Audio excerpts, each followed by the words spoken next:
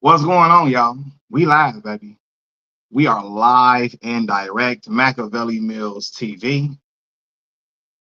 Ah, I hope y'all like the new setup, man. I'm chilling, man. Chilling out, max and relaxing, all cool. I gotta get a haircut again. And it look like I'm sweating because of light over here. But I gotta have a little rag like the pastor, man. He said, F. Stephen A. I hear you, man. What's going on, man? What's up, y'all? How y'all feeling today, man? Chris, what's going on with you, man? How you feeling, boss? I hope everybody all right, man. I hope everybody doing well or feeling well. I gotta turn the heat down. It's hot than a mug up in here. What's up? I got 11 people in here, man. What's going on? Braun standing no business. Oh, look. I want to hear your take on this for real. Got you. All right. Uh, I'm gonna let a few more y'all come on in here first. Hold on. Hold on.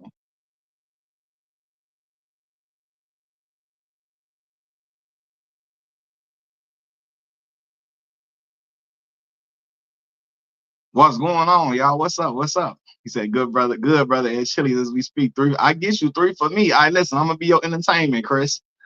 All right, so look, this came on my radar early this morning. I'm talking about like early this morning, right? And I'm like, damn, wait, what he pressing him about? What he pressing him about? And at first I was like this, like, you know, if I'm like, if he's mad about his coverage of Bronny, at first I'm like this. Y'all know I'm a huge Braun fan. Huge Braun fan. I got his picture right there. But I'm like, if he's talking about his game, then he has every right to critique his game as a player because Bronny is an NBA player, he's a professional basketball player currently, right? So I'm like, if Bron is upset that he said something about Bronny's play or his game, then it's like you got to understand he got a job to do and he got every right to critique Bronny's play or his game, right? If Bronny ain't playing well, he could say Bronny ain't playing well. But then I was like this. I remembered that time Stephen A. Smith said, as a father, I'm pleading, I'm begging you, stop this, stop it, or whatever, right? Um, as if, and I think that's maybe what LeBron might have took exception to. Him feeling like, oh, as a father, stop this, as if LeBron was embarrassing Bronny by allowing him to be on that stage or putting him on that stage. And I think from that angle, that may have got LeBron mad when, from that angle of, oh, you making it seem like I'm out here embarrassing or humiliating my son. And I'm assuming maybe that's why and I think that's why LeBron said, keep my son out of this. Right. I'm thinking he looking at it from the point of, okay, I know you have some gripes about me. That's cool. But don't bring my son into your gripes with me. And I think that's what it was. Yeah. And that's what it was. When he said, as a father, I'm begging you, stop it, as if like he's putting Bronny on stage to get embarrassed.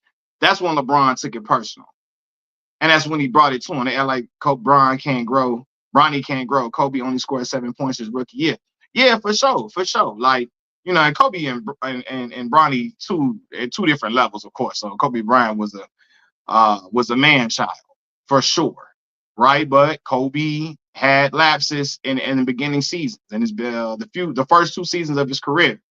That's very true, But I do believe Bron took it personal when he heard that, as a father, I'm begging you. You're like, hold on, you making it seem like I'm putting my son out here to be humiliated, like I'm setting him up for failure or whatever. I think Bron I don't think he got a problem with critiques of him. But I think he was mad because he felt like Stephen A. Smith was angling in Bronny to attack him, angling Bronny in there to throw shots at him. Like, as a father, I'm begging you, I'm pleading, stop it. And that's when he got upset. So I'm gonna say this too. I know Stephen A. Smith like, damn, 6'9" look way different in person. Goddamn it, this shit here. this is looking different up here. You know, I think Savannah probably told LeBron to say something to him. Do y'all know he said something during the game, bro? I thought this was after the game. Do y'all know this is when they were already losing? This is when the Lakers were down. LeBron saw Stephen A. Smith walking. Wait a minute, bro. This is when I was like, yo, I thought this was after the game. This is during a timeout. He saw him and said, hold on, wait a minute. He saw him trying to come down the stairs and went over there. And I was like, damn. He was itching for this moment. Itching. That's how I know, bro. I really do. This is how I know Bron coming to the end of his career. You know what I mean? Because he don't really care no more. He just walking up to people. He just saying whatever now. You know when a person, when older people, when they get old, they just start saying stuff and doing whatever. You know what I mean? Maybe because they know, like, hey, I'm at the, hey, I didn't live my life, whatever. You know, the way Stephen A. explained it is like he couldn't get it. Well, I'm sure he could. Like when a man is on a mission like that, LeBron, again, this came during a timeout. When a brother is in the middle of a game and say, hold on, let me walk, and they were losing a game. I'm trying to read it. They were down when this happened. This is not like, oh, we know we about to win, like we up. No, they were losing at the time. He saw him over there and said, hold on. The Morris twin, Marquise Morris, walked over there with him, I guess, to come make sure everything cool, everything copacetic. But yeah, this is how I know Bron was at the Rolling stuff with the Rolling. I was like, yo. Yeah, Stephen A. just looked like he was just listening to Bron. I don't think he was scared. Yeah, I don't, look. He listened to what he said. You know what I mean? Like, and I will say this too. If you're going to be, I respect this part though. Stephen A. Smith is critical of people, and he goes to the games. Like Skip don't go to none of them sporting events. He don't go to none of them sporting events. Like Skip stay out the way. I would say that Stephen A. Smith be saying stuff and be at the games. So I'm like, okay, he be front row too. So I give him that. But I do believe LeBron took it personal from that point. And maybe Savannah did say, like, yo, what the hell? But I think it was really LeBron. When he's telling LeBron, stop it, as if like, oh, you setting yourself up to be embarrassed, woo, it's going to be on. Now I hear people saying, I ain't never seen LeBron pull up on a white man like that. I guarantee you, if he saw Doug Gottlieb, I guarantee you, he would have pulled up on Doug too. I guarantee you he would. The energy that he like give, this is how I know he's almost like he really, really almost done. Because he just doing whatever now. He don't care. You see Dr. Umar's daughter calling him. Nah, I didn't even see that. Nope.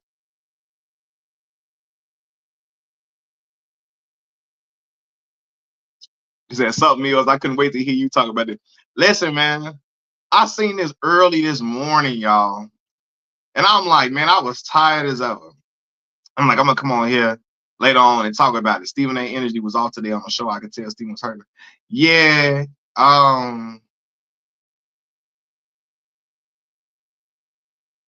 Yeah, he didn't never say nothing bad about Bronny. I will say that. Stephen A. never said anything. Like, he never called Bronny a bum. He never trashed him like other people did. I think, look, I think what it was, he knows Stephen A. Smith be having gripes with him. And he don't care about the gripes with him until you questioning his parenting, until you question his parenting. When you question that, that's when he went like, okay, that's why he said, leave my son out of this. Leave my son out of this. Like, whatever you got with me, keep it with me. Don't talk about what I'm doing with him. And that's when it became an issue. Because Stephen A., he never, to be fair, you're right, to be fair, he's never said anything bad about Bron. But when you're making it seem like LeBron is setting him up for failure, like he's setting him up to be humiliated and embarrassed, that's when they go to another level. You know what I mean? And I do think Stephen A was hurt, July Jackson. He was hurt. He was. Um, because the world saw that and it started circulating all across social media. And I'm gonna say this. He said Skip never said ish about Bronny. He's complimentary about Bron, and he never questioned Bron's fatherhood. He never questioned his fatherhood. No. I think Bron pulled a Black Sam. This the message to all y'all that Stephen A was the mascot. Yeah, I mean, it could have been that. I could have been that for sure.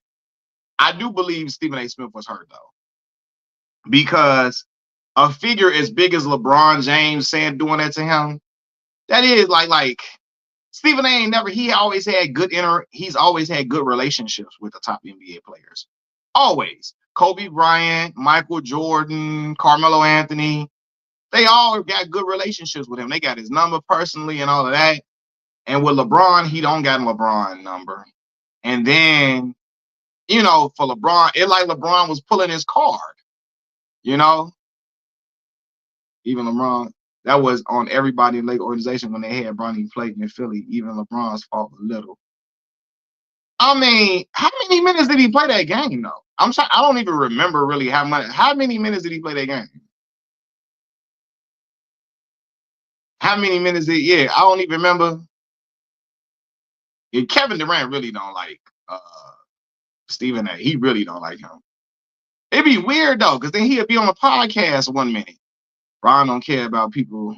He play like 15 minutes. Okay, that's considerable amount of minutes. I'm about to say usually he be playing like 5 minutes. Play 15. Bron don't care. Yeah, you was right when you said he don't give a fuck. Yeah, he about to retire. He don't care no more. I promise you. If he would have saw Doug Gottlieb, he would have done the same thing. Especially how he responded to Doug Gottlieb. You see how he responding to people now? When Doug Gottlieb was trashing him for a while, he went and talked about Doug Gottlieb's record as a head coach and made fun of it. You know what I mean? Like the way he talked, like he was going at Stephen A. Smith and other media members is like, now he's just gonna start saying whatever. In a minute, he's gonna say some stuff you probably never thought he was gonna say to people. It's gonna be like yeah, for real. When he done playing, he might just be at games just for the hell of it to do certain. I don't know. Stephen A. started that narrative on KD about being the weakest move of all time. Now, I'm not going to lie, July. I thought the move was weak too. I'm not going to lie. Not because he went to a powerhouse team. It was he went to the team he lost to. He lost a 3-1 lead to. Now people can take, I guess, exception to how he phrased it, the weakest move of all time. I didn't like that move. I didn't like it. He could have went to any other team, but going to the team you lost to, like if LeBron would have went to Boston, I would have hated that. I'm a LeBron fan. Going to Boston, I would have hated it, bro. Like, and Bron would have been my boy still, but I would have been like, bro, you got to get out of this organization at some point. And I know it's hard for me to sound like I'm objective because y'all know I'm a LeBron fan, but I would never have wanted him to go to Boston. He trying to get through them, can't go over there. I wouldn't have liked that at all. Mills, Stephen A. looked kind of shook today talking about, bro. Yeah, I do think he was embarrassed. And I think, and I'm going to say this too.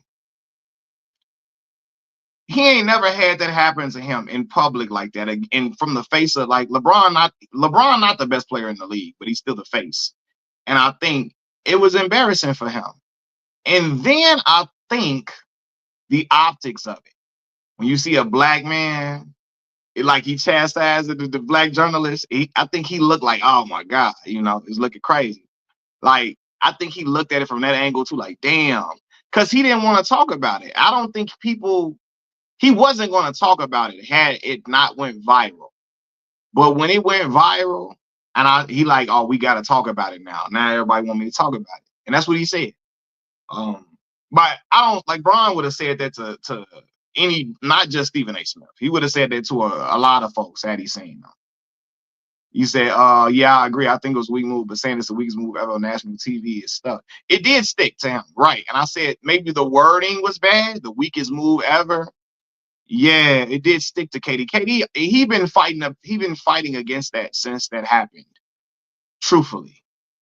And I don't think he was all the way confident in that decision when he made it from, how people was coming at him. But I mean, he won 2 championships. He was the finals MVP. His stock rose while, well, now he took a hit in the media for that. He did. He took a hit in the media, but he bought out. But it was a weak move, though. It was a weak move. I didn't like it at all. I don't like going to the team that beat you. That just ain't. I'm not. That's not in my DNA. I don't like that. You can go to any other team. I don't care if you team up with people, whatever. Just not the team you had. You was up 3-1 on them. You had them on the ropes, and then you go over it. I think there's more to the story than we know. I'm sure it is. I'm sure it is. Because I think Stephen A said it's some stuff that he thought I said about Bronny or heard I said. And it could have been some stuff that happened behind the scenes, Sharon, that we don't even know about. And it probably won't come to light. It probably won't come to light. But it probably was some stuff that was said. Because, Stephen A he cool. Stephen A, he got a decent relationship with Rich Paul. He know Maverick Carter now. He just don't talk to LeBron like that. And maybe something he said about Bronny behind closed doors could have got to LeBron somehow. The message could have got to LeBron somehow. Something, I don't know. Ron's, it was a weak move, but everybody over sensationalized it. They didn't do that to Bron when he left Cleveland. It's all about narratives. Well, I think it was a different type of move. Bron got criticized heavily when he went to Miami, though. He did. You had people coming out and saying Michael Jordan would have never done this. This is not the NBA of the old era. This is weak, yada, yada, yada. He did get criticized and scrutinized for it, 100%. And then the fact he did it on TV, yeah, he got raked through the coals. They were raking him through the coals for that. But KD got another level of it because at that point, social media, they burned Bron jersey in Cleveland. Dan Gilbert coming out talking about we'll win a championship before LeBron ever win one. He was going in. That's why people never thought he was going to come back to Cleveland because of how Dan Gilbert was talking about him. Right? Now, the difference with that is LeBron didn't go to the team that beat him. Going to the team that beat you is just a whole nother level. Okay, you want to go team up, that's cool. But going to the team that beat you is a whole nother level. Latanya Cobb, I appreciate that CASHAPP donation. I appreciate you so much. Always showing love to me. I appreciate it. But yeah, it was a different move. And then KD did that in the social media era. He did it in the height of social media. When Bron went to Miami, social media, we was on Facebook and stuff. Twitter was not popping like that when he went to Miami. So it was a little different. The debate shows were at an all-time high when he did it. Debate TV shows were at a high, but social media wasn't as popping. KD did that when everybody was like, yo, this is wild. Charles Barkley was against LeBron going to Miami. He definitely was. He was against it all the way. So yeah. I'm from Cleveland. They hated him only a certain population. He gave them 7 years. They wanted him to waste his entire career there. Get the F out of here. Shout out to Cleveland, man. I ain't know you was from Cleveland, Sharon. Shout out to Cleveland, man. Stephen A looked spooked. Yeah. I didn't see his face, but he was looking. And to be fair, Jack, a 6'9", 260-pound dude running up on you, that's a little different. That's a little different. Because he said, and Stephen A said it wasn't a conversation, it was a confrontation. And I know LeBron was mad because LeBron did that during a timeout. Like they was losing I keep reiterating that. The fact they was losing a game at that point, LeBron look and see him and immediately pops up and walks over there. I said, oh yeah. There's something else though. Bro, what NBA player not no diva though, Jack? Rap guy, Skip don't come to the games. You said LeBron should have did that to Skip. Skip don't go to no social. He don't go to no sporting events. He don't never. You ain't never seen Skip at a sporting event in your life, Rap God. He don't go to them because he know he got a lot of smoke with people. But yeah, Jack, what every star player is a diva. All of them. So yeah, Bron got diva in him. But so did all the other great players except Tim Duncan and damn Derrick Rose and David Robinson and them. You know what I'm saying? KD did it because do you think LeBron is more aggressive towards the media to make it easy for the player that will ascend to the face of the league? Maybe so. I do believe Ant saying he don't want to be the face of the league triggered him to get a response. Because I think LeBron know the face of the league after him got to be an American player. Unfortunately, Luka Doncic and them not gonna be able to carry the league as well. Like Luka has an exciting style of play, but again, it just needs to be an American at the forefront. And like he know after he gone, like who finna do it? Ja and them and like yo. So that's another thing too. But I really think it kind of made him just want to just when he seen certain when Ant said it, it kind of made him want to snap off on one. Stephen A was just doing his job. Yeah, I mean, he can critique Bronny. That's fair. You know what I'm saying? Son should be fair game. You got him in the lead. Now you got to deal with that smoke. Yeah. Now, again, he can criticize his game 100. Stephen A never said nothing bad about Bronny, though, Jack. What he said was, I think LeBron took exception to him using Bronny to come at him with his parenting style. Because he said, as a father, I'm pleading you, stop it. Stop it. As if LeBron is trying to embarrass Bronny or humiliate him by putting him on this stage in the NBA. And that was the problem. Stephen A. Smith ain't never said Bronny was trash or garbage or nothing. Actually, he was actually for Bronny being in the NBA. You know what I'm saying? If not, you'll get a phone call. I mean, Kobe, to be fair, Kobe was calling people too. Jack, he was. So all these dudes do it. Michael Jordan calling Stephen A. Smith when he hears something he don't like on ESPN First Take. And Stephen A. Smith has told me Michael Jeffrey Jordan called me the other day because Stephen A. Smith, so he be happy that Michael Jordan calling him. So yeah, Carmelo Anthony calls Stephen A. Smith when he hears something he don't like. Allen Iverson was calling Stephen A. Smith's phone when Stephen A. Smith was saying something he don't like. So Jack, all these star players do it. So none of them like to hear bad stuff about themselves. None of them do. Hardly any of them. Bro, he's not the only one who think he's above criticism. He's not. When Kobe Bryant stopped shooting that basketball game and Mars called him out, he was calling people about that, Jack. Right? He did. So Carmelo Anthony, when Mars was talking about Carmelo Anthony not delivering in New York, he got the call in Stephen A. Smith. He got the call in him. I don't know if you know that. I don't know if you know that, Jack. He started calling Stephen A. Smith's phone.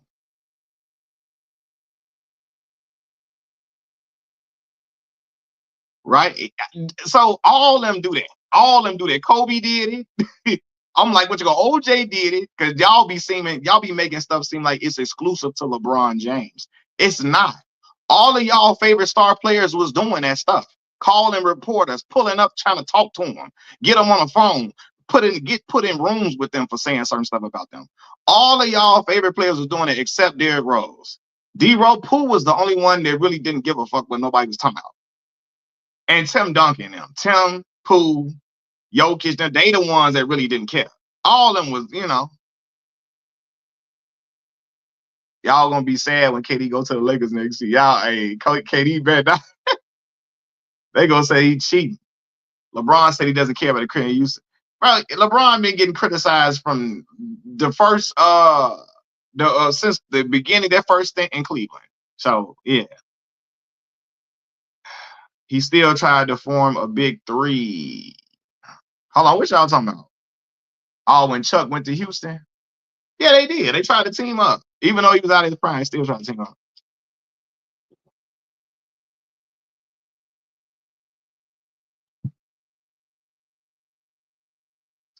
I mean, it's not the same effect. It's not. It's not. It's not. But they teamed up though. But it is. It's not the same as doing it in your prime.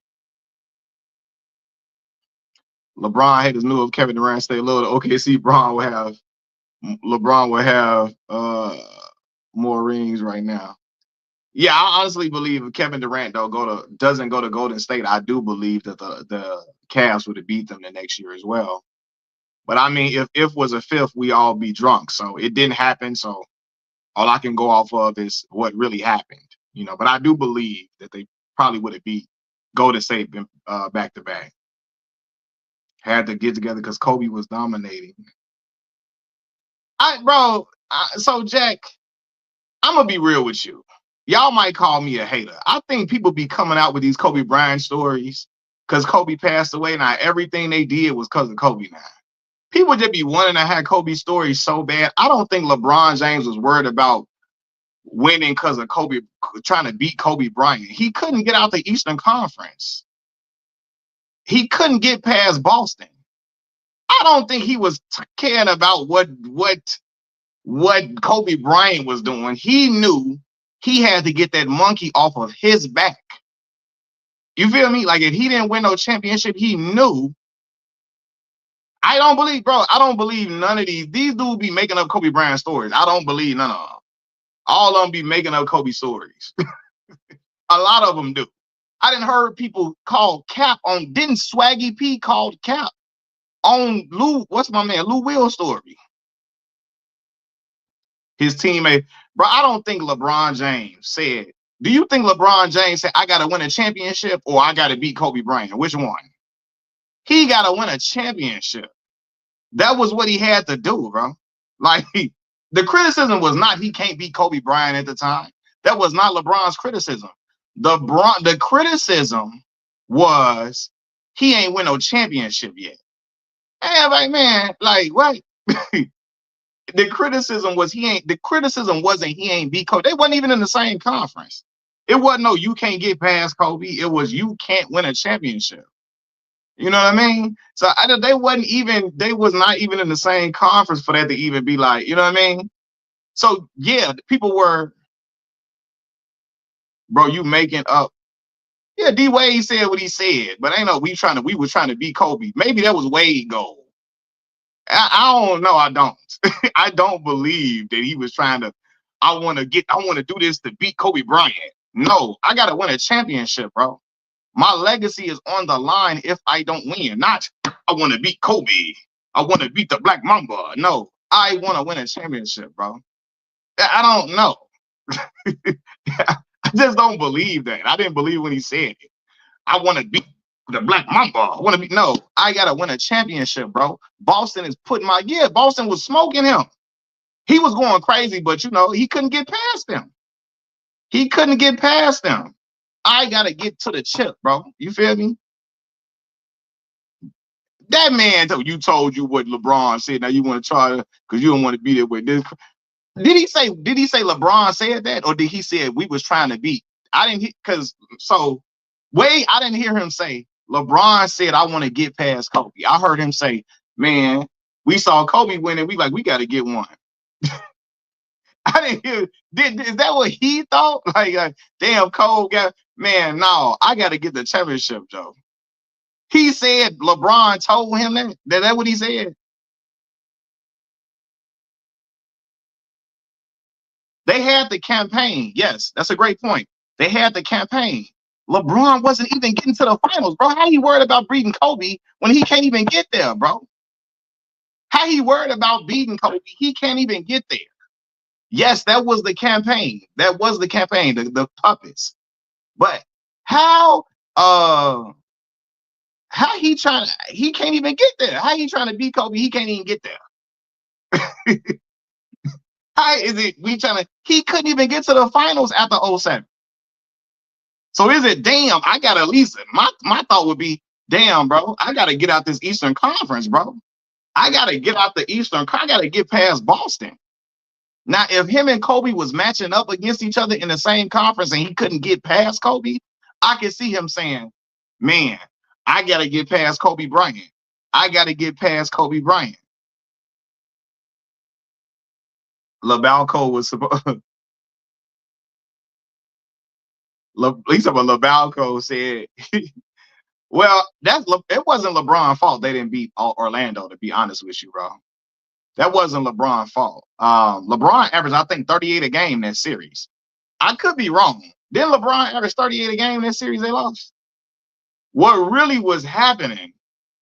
What really was happening was Zydrunas Ilgauskas and what you call it was smoking them boys. What's going on, y'all? Come on. LeBron averaged 38 a game. Zydrunas Ilgauskas and what you call it was getting smoked. Bro, hold on. LeBron averaged 38 a game that series, bro. Jack, what do you want him to do? Average 45? If that, it would have been his fault. Then he averaged 38 a game, bro. So if a motherfucker averaged 38 a game, it's their fault they won. Orlando was surrounded by 3-point snipers. You had Rashard Lewis over here, Hito Turkoglu over there. Jameer Nelson was hitting occasional threes. Mikael Petrus coming off the bench knocking down shots. What? And then Dwight was killing Anderson Varejao and Zydrunas Ilgauskas. I watched it. Dwight was abusing Anderson Varejao. And Zydrunas Ilgauskas was dog meat. He was barbecue chicken. He was barbecue chicken that series. All them Big Z could never, and Big Z couldn't defend nobody either. If you was athletic, Big Z was gonna have a problem with you because he was slow and he couldn't really move his feet like that. You know what I'm saying? Bro, what are you talking about? Zero accountability. I told you the reason why LeBron lost that Dallas Mavericks series is because of Miami. He lost because of LeBron. You just upset that I don't agree with you that that's why he lost to Wichita. I tell you all the time it's LeBron's fault they lost against Dallas. 100%. You hollering zero accountability. I come on here every time and tell you LeBron is the reason why they lost that series in Miami. And here you go, y'all don't got no accountability for him. Cause I don't want to get mad at him for what you mad at him about. I don't agree that he was the reason he wasn't the reason why they lost to Orlando. He was not. Dwight was bullying Anderson Varejao. Y'all know. Look, my man's right here. He not even a LeBron fan. Boy, Dwight Howard was slaughtering Anderson Varejao and Zydrunas Ilgauskas. Both of them was getting slaughtered. All right, Jack, I'm done now because you just majority of bronze team. Listen, for real. And then it wasn't, and then outside of D12, Hito Turkoglu them was firing on all cylinders. They was hitting 3 after 3. 3 after 3. Rashard Lewis and them going crazy. And I think Mikael Petrus was coming off the bench that series. Correct me if I'm wrong. Wasn't Petrus? Petrus was on that team. He was hitting threes. He like, what the fuck? He did. Look, Dwight looked like a young Shaquille O'Neal. He did. A vibe telling you the real. Dwight was on his bully, and they could not do nothing with him. And I was watching the series, and I knew they were in trouble. I said, "Oh man, Cleveland in trouble," because Big Z them couldn't hold dude, man.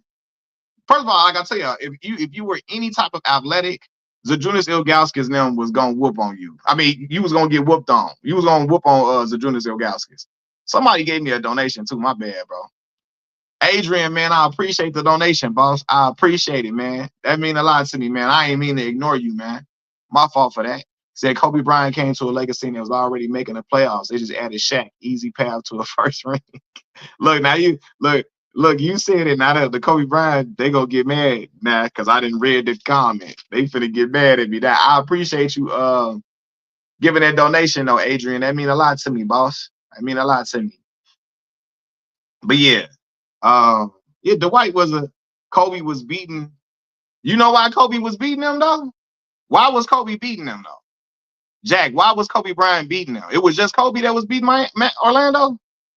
Was it just you said you read very fast. My bad. I ain't mean to read that fast. Mills, that shit was close.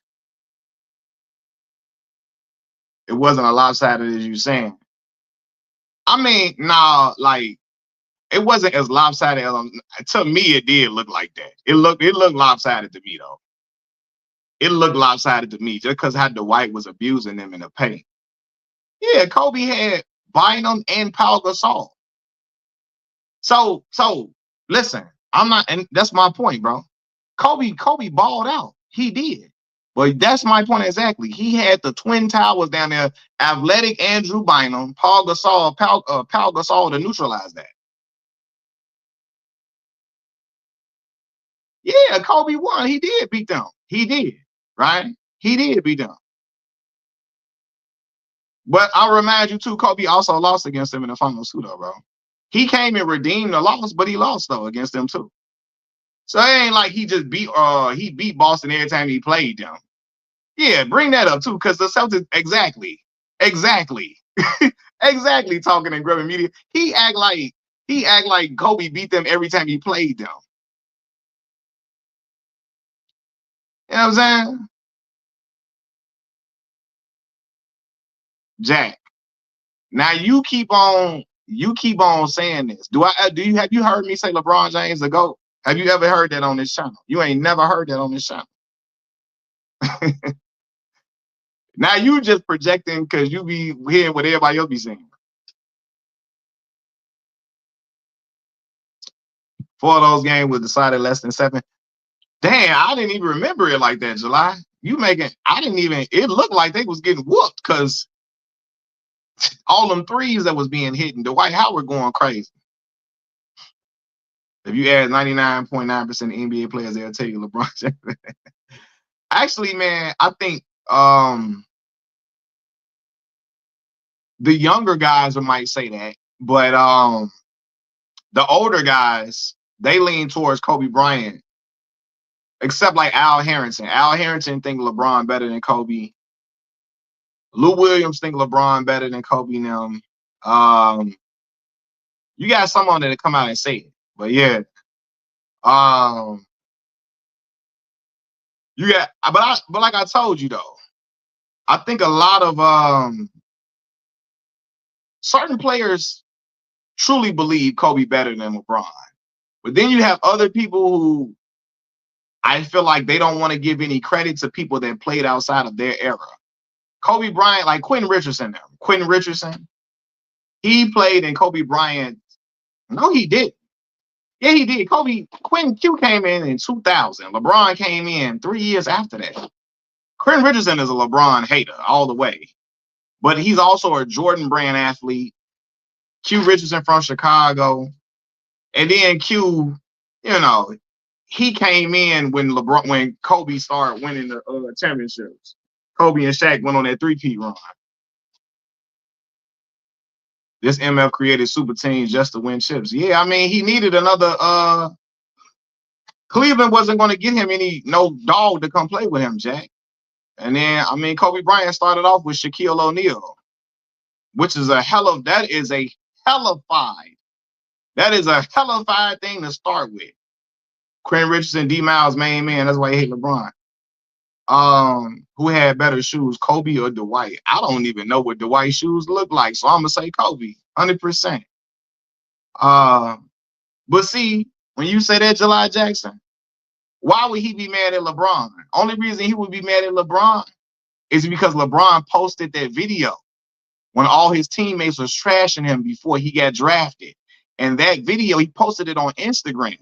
And that video included Darius Miles saying, I don't think no high school player gonna come in here and change the franchise and change the whatever, So yeah, I do believe, if anything, because LeBron ain't ever said nothing bad about Darius Miles personally, right? Not in public, at least. You ain't heard that. But he did a couple of years ago post that video of all his teammates talking bad about him before he got drafted on Instagram. And I think that's what he took personally. I like my brick phone from '89 with my iPhone just because I'm an old head. They double team. Hold on, Adrian. I appreciate the donation, brother. I appreciate it. Ray Allen, Kevin Garnett, Paul Pierce. It was a super team, Adrian. It was a super team. Now they were slightly out of their prime at that point, but it still was a super team. So much so that everybody picked them to win the championship as soon as they assimilated. As soon as they got together, people picked them to win the championship all the way. John Sam say they double team D12. He passed it out to sharpshooters and they wasn't missing. That's a fact. If Cleveland locked down the shooters, no one on the Cavs could guard Dwight solo. Nobody. Not a soul, John Sam. Like I told him, Zydrunas Ilgauskas and Anderson Varejao was getting murked. They was getting murked, slaughtered that series. And I was like, there's nothing nobody could do. I mean, a young Dwight Howard, nobody was stopping him. Yeah, now Darius, man, I'm gonna make a video about that, July Jackson, because Darius Miles, and I was hollering, Mr. Miles, Mr. Miles. Y'all would have thought we was watching Drumline. Mr. Miles, Mr. Miles, because he talking about at that time Ricky Davis was better than LeBron. Y'all probably was better than LeBron at the time. No, none of y'all on the Cleveland Cavaliers was better than LeBron James coming out of high school. I have to say that. And shout out to D Miles, because I rock with D Miles. D Miles, none of y'all on that roster was better than LeBron James his rookie season. Not a soul. I gotta make that very clear. Tamaris G, I appreciate that donation. That means a lot to me. I appreciate the donation a ton, for sure. What did you say? Stephen A. Smith said some players cut him off after he questioned Bron fatherhood. Oh, I didn't even know that. Draymond said, especially Draymond. I had no idea about that, man. You just put me on to something. Yeah, Ricky Davis had game, though. He was not no scrub. And I will say that, Jack. Ricky could hoop. He just wasn't LeBron James. And I love D Miles. You know what I'm saying? I don't got no issue with D Miles. But I do believe, I don't think nobody on that Cleveland Cavaliers roster. I don't think. I know nobody on that Cleveland Cavaliers roster was better than LeBron James his rookie year. Matter of fact, everybody that know basketball, none of them was better than LeBron James his rookie season. LeBron probably was better than them his junior year of high school. And that's not even no disrespect. LeBron was better than everybody on the Cleveland Cavaliers his junior year of high school. You know what I mean? Who said Ricky Davis was better than Vince Carter? Who said Ricky Davis was better than Vince Carter? Hold on. Oh, rap God. Yeah, Ricky Davis wasn't better than no Vince Carter now. I didn't think he was personal about LeBron. It was just his ego and competitive nature. Who? Darius Miles? Yeah, because D Miles played the 3, right? I believe Darius played the 3 or the 4. He played the 3. The 3. LeBron. Well, wait. I'm trying to remember. I think Paul Silas. Didn't Paul have LeBron bringing the ball up the court, though? I swear, I think LeBron was playing a point to start his career in Cleveland. Hold on. I'm trying to remember. At a point on the Cavs under Paul Silas, LeBron was playing point for real. Yeah, Paul Silas had him playing. Paul had him playing point guard. Yeah, Ricky Davis should have had a better work ethic and be a good. Ricky Davis wasn't gonna be Vince or T Mac, but he can hoop though. He can hoop. Ricky Davis can hoop. LeBron had the key, but why did he have the keys though, Jack? He had the keys because he was that good, Jack. So it wasn't like they threw it on him like just he didn't earn it. Who was gonna get the keys outside of him? I mean, he was that good. And when he was the number 1 pick, the NBA needed him to have the key. No, bro. Listen, LeBron was gonna have the keys regardless, bro. It ain't like the NBA they didn't conjure that up. When you're the number 1 pick, bro, you're gonna go to a terrible team. That's why when people be like, oh, the media made LeBron. He was a number 1 pick, bro. You're gonna go to a terrible team when you're the number 1 pick. Bro, no high school players earned anything. That's not how the league was back then. And Jack, I'm gonna tell you a secret. You make exceptions for exceptional people. At that point, bro, what high school player you seen close to LeBron James, Jack? Lou Alcindor? That was it, Jack. You make exceptions for exceptional people. He was exceptional. So much so people said, I think I've seen the best high school player I've ever seen in my life. Jay Billis said the only player he ever seen compared to him in high school was Lou Alcindor. You know what I'm saying? So he got it. He was that nice, bro. He was that nice. He was nicer than all them other high school dudes, bro. That's the dynamic. I don't think y'all understand that, but bro, he was better than all of them. He trolling. LeBron was better than all them other high school dudes you can name, bro. He was better than all of them dudes that came out of high school. Kevin Garnett, Kobe Bryant, Tracy McGrady. LeBron was better than all of them. Coming out of high school, he was better than them. And it wasn't no secret about it. So he gonna get that. Guy still was supposed to earn it. Bro, he averaged 20 a game coming in the league. What didn't he earn, bro? They knew that boy was nice. He was in practice dunking on them with his elbows, bro. Like, you know what I'm saying? So I think he earned it probably in practice. Coming in practice. I get what you're saying now, but he already earned it though by his play. I think when they saw him come into them practice, because you hear about it, earning in the league. I mean, what did he have to earn though, bro? If you if you go out averaging 20, they're gonna give you that, bro. When Derrick Rose came to the Chicago Bulls, they knew what time it was, Jack. Kirk Heinrich knew. You gotta fall in line, Joe.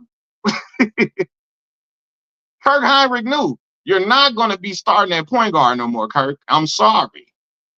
All that it wasn't no we finna make Derrick Rose earn this. Hell no.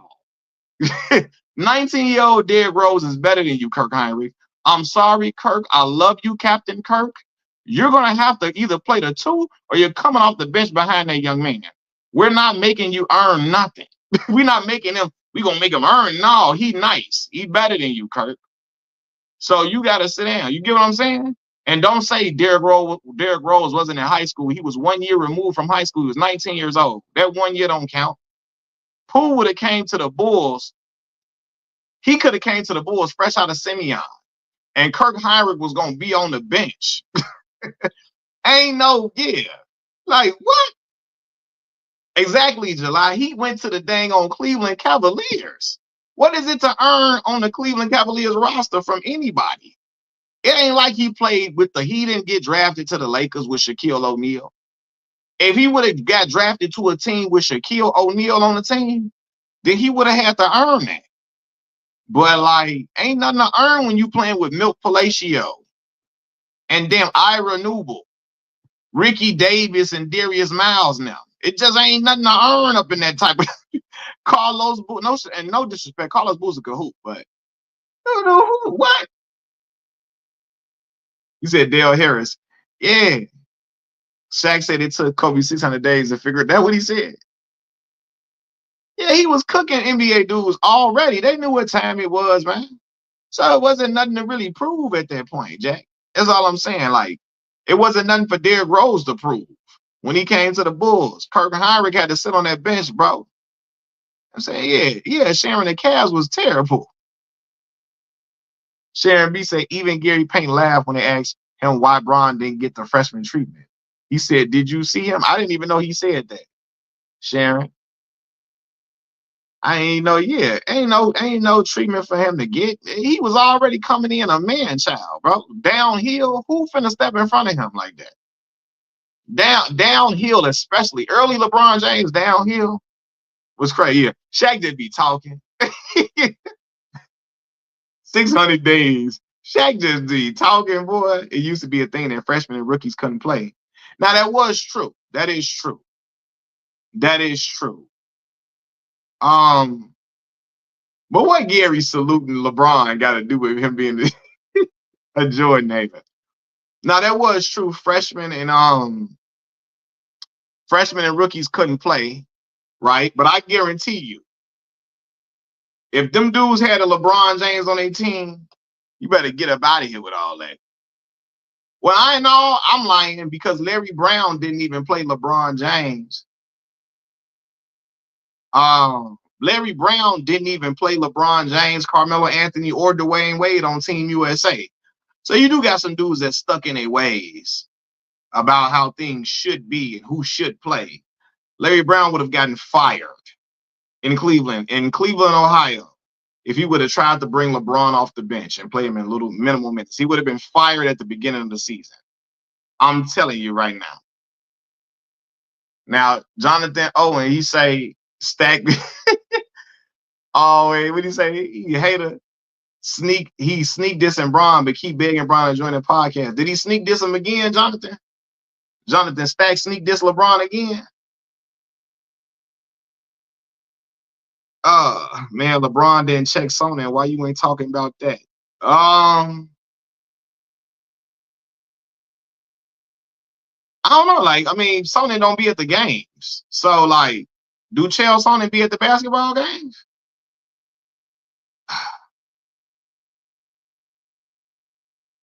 All I'm saying that Larry Brown used to just say it, just like Dale Harris was fired. Yeah, Larry Brown did send them. So I will say this: there are some coaches who are stuck in their ways. I was gonna say, nah, some dudes know what they got, but Larry Brown sat LeBron, Carmelo, and Dwayne Wade on the bench, and they would have won probably if they would have played all them guys, all three of them individuals. But yeah,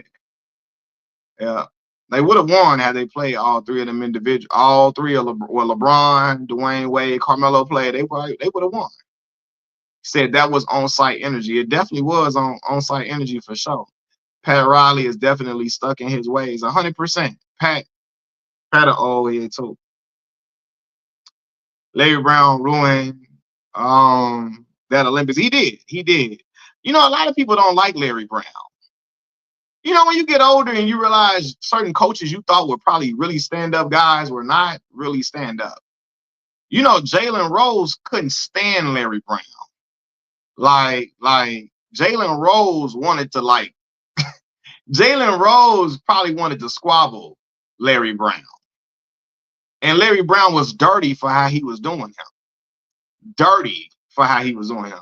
And you hear other people talking about Larry Brown too. But yeah, Jalen Rose talked about how Larry Brown did him. And I'm like, yeah, Larry Brown is a foul individual. Foul. I ain't gonna lie, Jimmy making the Heat look crazy. Hey, what did they play today? I know Golden State been winning though since he been over there. Larry Brown knows basketball with the best of them, but the game passed him by. That's a fact. LeBron's like, I'm going back to Cleveland. Dan Gilbert wouldn't have thrown away my cookies and that man for the yeah, Pat Riley he can't be throwing away people food now. That just ain't, come on now. We ain't got no time for that now. You ain't throwing away my food, bro. You not throwing away my food. You better figure out something else. We ain't doing that. George Karl hated Kenyon Martin. Yeah, George Karl hated a lot of people. Coming to find out, George Karl just had a lot of enemies. Wherever he went, he was making enemies. A lot of them coaches, they think they better than what they are, or they think too much of themselves. And then, you know, they don't be winning nothing because of that. George Karl had an issue with black star players. Did Boogie Cousins dirty too? He did. George Karl, one of them old heads that think that all black men don't have a father figure, and that, you know, I'm gonna bring that up whenever they don't do something that I want them to do. Whenever I say something disrespectful to them and they buck back, it's because they didn't have a father in their life to teach them discipline. He one of them type of dudes, George Karl. So yeah, I ain't even shocked by it. That's why Pat lost. And that's why Pat lost LeBron like he lost Jimmy Butler. Facts.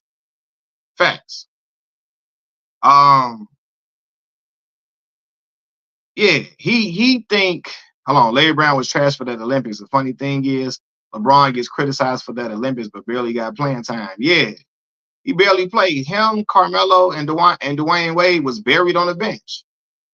And your boy, you know who was playing though? You know who was playing, Artavius? The Vaseline eater, Stephon Marbury. Steph was getting a lot of minutes now. Stephon, I think Allen Iverson might have been on that team too. Stephon, Allen Iverson, Sean Marion, Tim Duncan played with us that time. He played for Team USA, I believe, that year. So yeah, Pat Riley's still making players weigh in weekly. Yeah, he's still on that type of time. Some people can handle that. Some people be like, yo, you wilding out. That's way too much, man.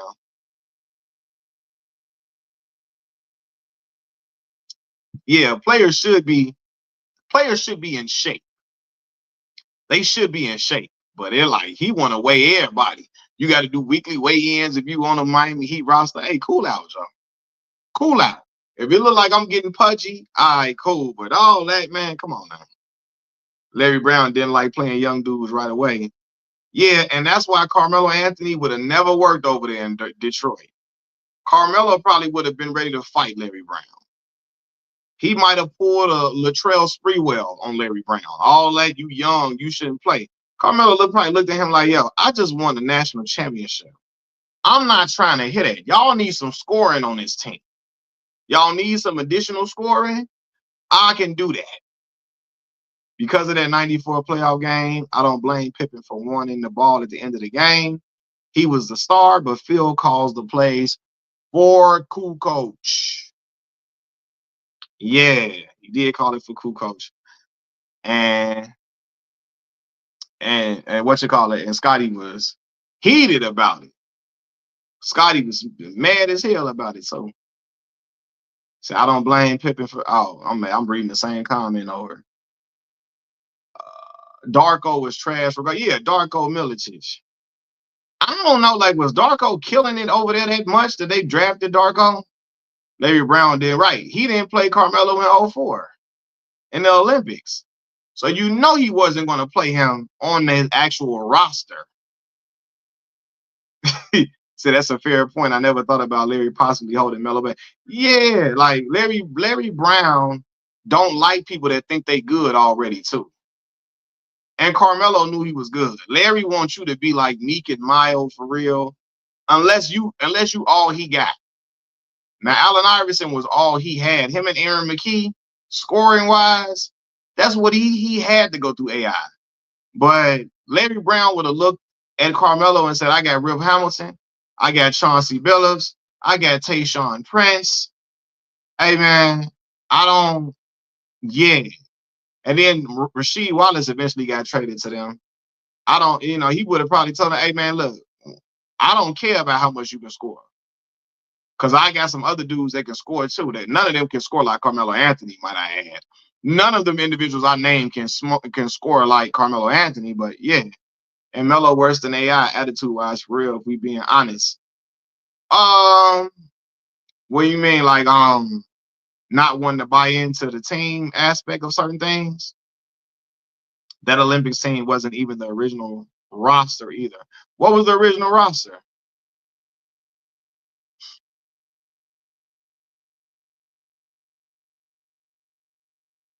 You're great, but your defensive. Carmelo didn't want to come off the bench. Yeah, I wouldn't have wanted to come off the bench either, Rap God. I just won a national championship. I'm the clear best player in college basketball. Clear. I'm young. I can put the ball in the basket at a high and efficient rate. I wouldn't have wanted to come off the bench either. Is you crazy? I know I ain't get drafted second overall to be coming off the bench, because if he would have got drafted by Detroit, he would have went number 2. I know I ain't get drafted second overall to be coming off the bench. Where do we hear about that at? Where does that happen at with a second overall pick is coming off the bench?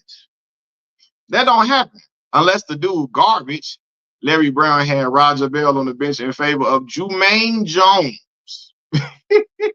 I remember Jermaine Jones, boy. Oh my God. I remember Jermaine. I remember when Shaq left the Lakers, Jermaine Jones is on the Lakers roster. I'm like, boy, look at Jermaine Jones. He said they mad as hell at LeBron for checking Stephen A. Imagine if Kobe or Jordan did it. They'll pray. That's a fact. Now that is a fact. That is, I gotta give you some love on that. They mad at LeBron for checking Stephen A. If Kobe or Jordan did it, they would have been like, yeah, don't step to Kobe Bryant. Don't you step to Michael Jordan. That's that Mamba mentality. That's Jordan killer instinct. The killer instinct in him would have never, it would have, you know how they do. You know how they do. And then why somebody gonna be like, Stephen A. Kobe would have never stepped to Stephen A. about real criticism about his son if he was playing. And Michael Jordan would have never stepped to Stephen A. about real criticism. Man, them boys they've called Stephen A. Smith's phone about things that he said about them that they didn't agree with. They've called Stephen A. Smith on the phone personally to disagree with something or, to voice their opinion about how Stephen A. Smith was coming at him. So come on, man. Yes, Kobe don't have a son, but I'm saying if he did. You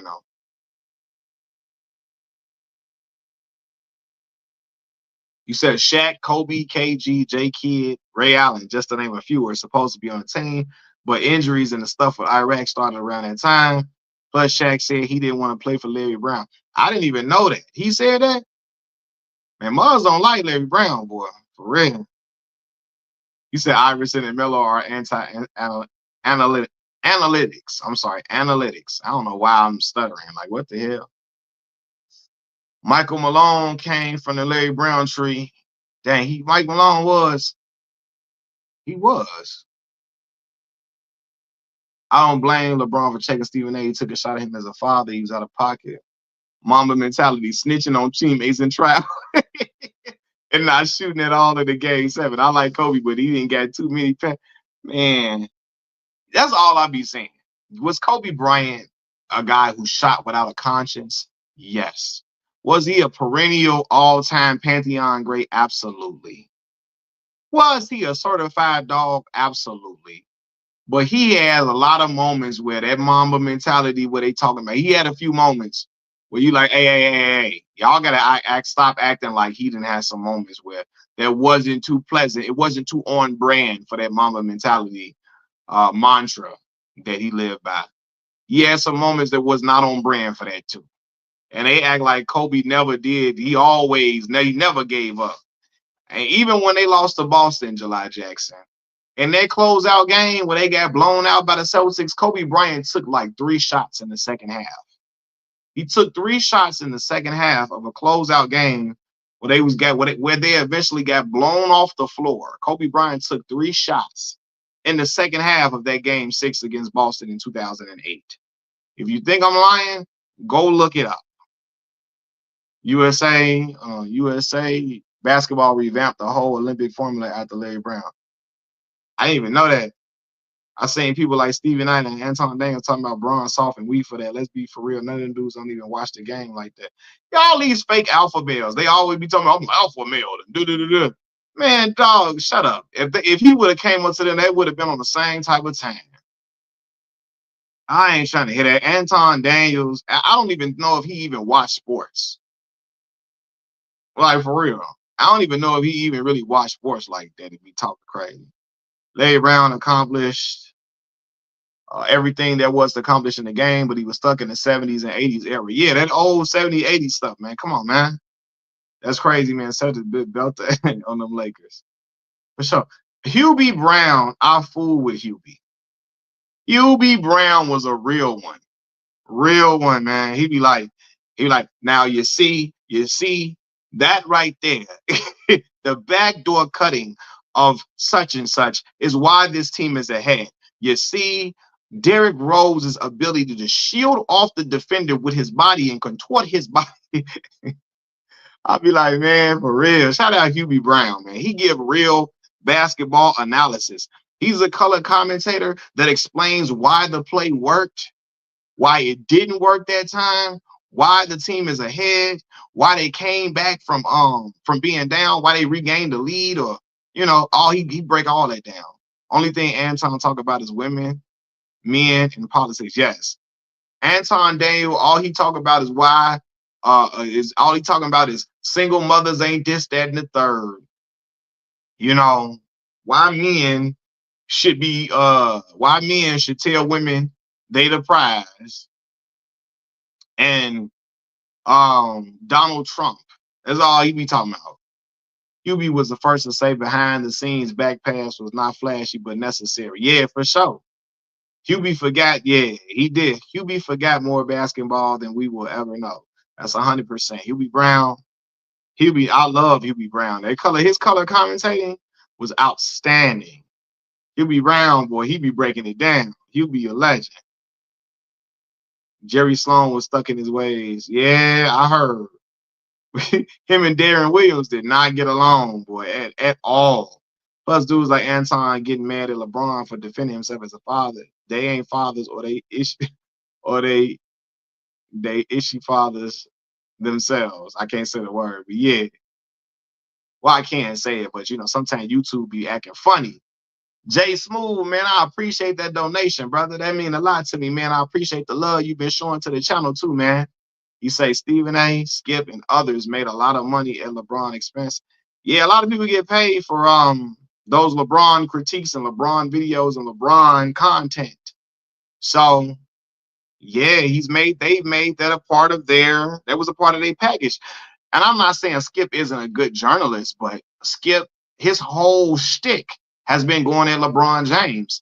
And his shtick of going at LeBron James has led to him getting TV deals, led to him being in bidding wars with network versus network. ESPN want to pay him this. Then Fox Sports want him over here. And it's because of his analysis or his critiques of LeBron James that has put him in certain rooms or certain tax brackets, and I'm not saying he's not a good journalist. I'm not saying he didn't earn what he had, I'm not saying he didn't work his way to the top.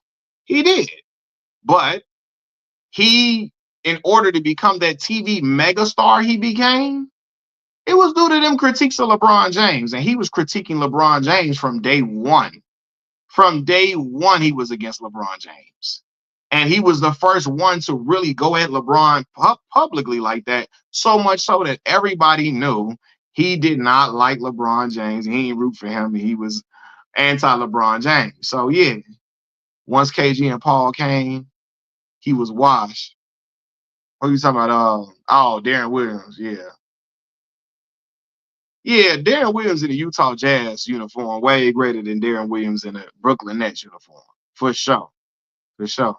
Stephen A. Smith just hit the ESPN. Yeah, he got hit with 100 mil. Another one. Anton Daniels is a Drake fanboy. I'm sure he is, because he want to live vicariously through Drake. He want to be Drake. He want to be a light-skinned man that's biracial and can date and get a lot of women. That's what he want to be. He like, if I was Drake, I would be talking to the same girls, Drake. If I was the light-skinned, little curly haired, biracial kid, I would be talking to the same girls Drake talked to. I would be getting the same girls you getting, Drake. He want to live vicariously through him, and he want to be Drake. A lot of them dudes that they be wanna listen, man. I'm a fan of Drake's music. I'm a fan of Drake's music 100%. Like, I'm not gonna act like I'm not. But there's certain dudes that want to be him though. I want to be messing with the same girls. Yeah. Now that's true, Calvin. Anton Daniels loves Drake because he doesn't claim his black. That sounded like Wayne Brady makes Brian Gumbel look like Malcolm X. That's what it sounds like, Calvin, the way I just read it like that, man. Wayne Brady makes Brian Gumbel look like Malcolm X. First of all, when Paul Mooney said that, I said, do you know how meek and mild you gotta be? How milk toast you gotta be to make Brian Gumbel look like Malcolm X? Darren Williams in his prime was a tough matchup because of his physicality. Yeah, he was a big guard, strong, quick, had a ball handling. Yeah, IQ, basketball IQ. Yeah, being in Chicago, man, watching him play at Illinois, he was a dog. But I didn't think Darren was gonna be the superstar out of that bunch.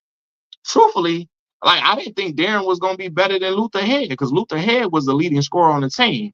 But D was tough.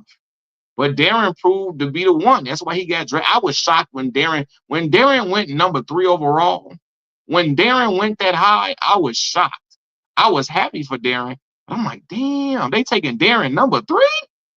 You know what I'm saying? But yeah, Brian wouldn't have had tried that same stuff with somebody like Charles Barkley in the 15th row. He would have did that to Charles Barkley too. He did. Shaded. What did May say about LeBron James? I didn't even see it. What did he say about LeBron? Please, Barkley ain't fight nobody unless it's in the buffet. Mooney called Oprah. Oh my lord. Darren Williams taught Ben Simmons how to rob the Nets. No gun, no mask. Crazy. Cap Brown was even looking at the camera in the middle of the argument, making sure somebody recorded it for the media. I don't think LeBron was caring about the camera, bro. LeBron came at him during the game. LeBron was just so mad he didn't care what was going on. LeBron, in the middle of the timeout, LeBron approached Stephen A. Smith. And again, I thought it was after the game. It was in the middle of a timeout. LeBron happened to look over and see Stephen A. and got up and came right over there. You said, Mac, do you know Angry Man, the YouTuber? Yeah, I've heard of him. That's the one that give all the relationship advice about women and men being a simp and all of that. That's that dude he was the one that ride out for Drake all the time. He a light skinned cat. Love riding out for Drake. That's Angry Man, right? Got the beard or what? I think he might have a beard or something. Yeah, I've seen him. Yup. Prime Jordan and Kobe would have stole off Stephen A. though. Now, Bamboo. I saw Kobe get stole off by Chris Childs now. I don't know about Kobe stealing off nobody now. And I've seen Kobe get Chris Childs stole off Kobe now. I saw that. And I saw and Reggie Miller had Kobe hemmed up on a scores table. I don't know. Michael Jordan only ever stole off Steve Kerr for real. He only ever stole off little Steve Kerr. Steve Kerr.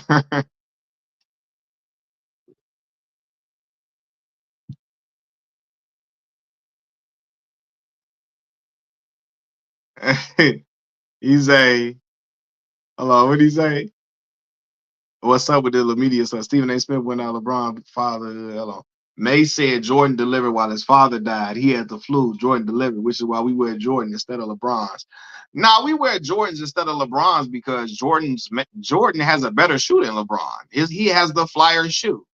Brother, if Othello Harrington had a that now I'm lying, not Othello, but you know, if that was Kyrie Irving's shoe, like Kyrie Irving ain't better than LeBron James, but Kyrie Irving's shoe probably the kids want to wear Kyrie Irving's shoe more than LeBron's because Kyrie got a flyer shoe.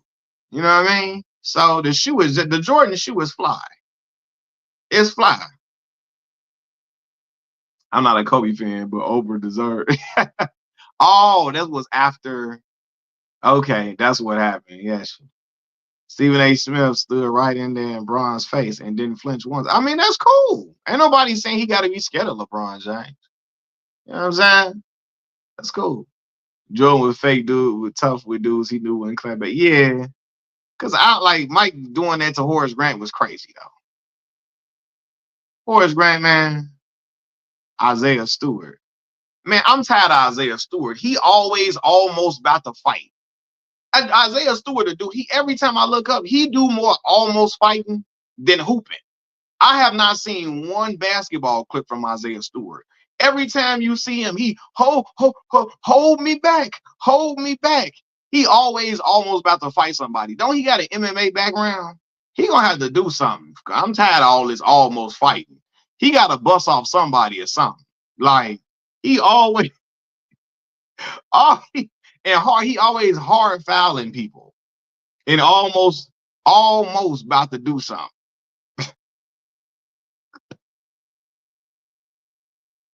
Stephen A.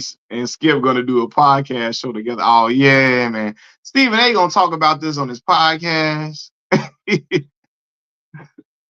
and everything. SL say, so I don't want to hear it. What did he say? He didn't do it to PJ Washington.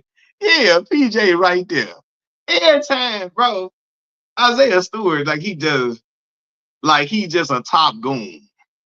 He got selective energy. I mean, who he didn't go at though? Isaiah Stewart, and who else did he go at like that? Who else tried him and he ain't go after them? Like, I'm trying to figure that out. Like,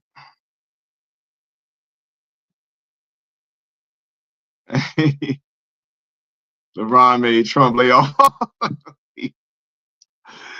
Stephen A. finna get on ESPN tomorrow with it Bumpy Johnson talk. Stephen A. was on ESPN today talk. Like, Stephen A. already talked about it. And he actually, from what I heard, I only heard a clip of it. Stephen A. kind of sounded like he was a little embarrassed by the whole situation. You know what I'm saying? Like he felt hurt about everything. Mace letting Cam hype his head up, knowing he and his tougher built for the. Yeah, man. Mace be talking crazy. First of all, Mace don't even watch sports, y'all. Have y'all watched It Is What It Is? Mace don't even be watching the games. He don't be knowing what be going on. He be having whole scenarios wrong. And Mace worse than inside the NBA crew. He worse than them. Because the inside the NBA crew, Charles Barkley don't know who doing what this year. They don't know who playing well, who not playing well. They don't know who predicted to be the star of the team. None of that. Mace don't know either.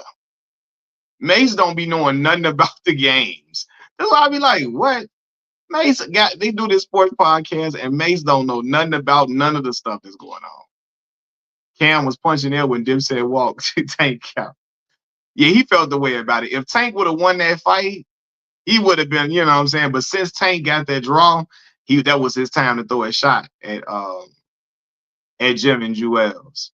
Charles Barkley still got more fire in him than Bron if he tried him.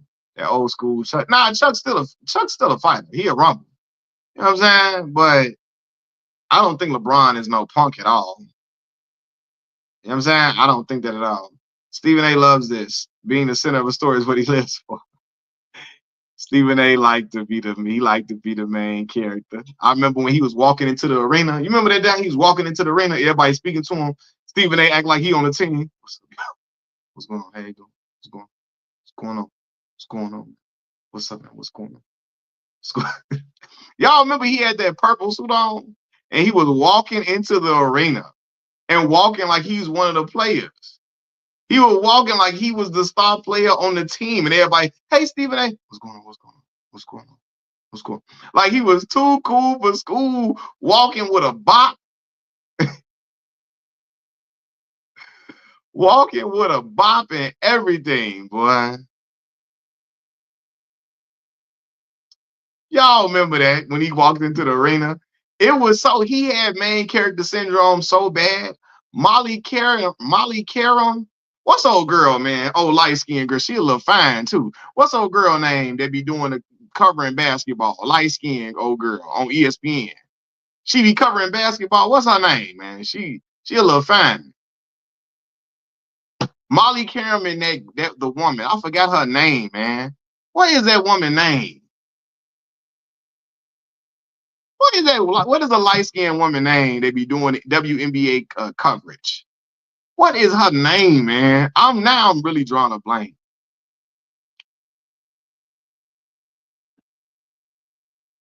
He said it's crazy that everybody act like they Stephen A. fans now, like they Stephen A. Smith fans now. Let me guess, because Bron said something to him. Yeah, no, not Malika. It wasn't Malika.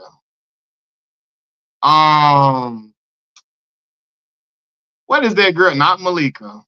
He said, Haka say she the fine one on there.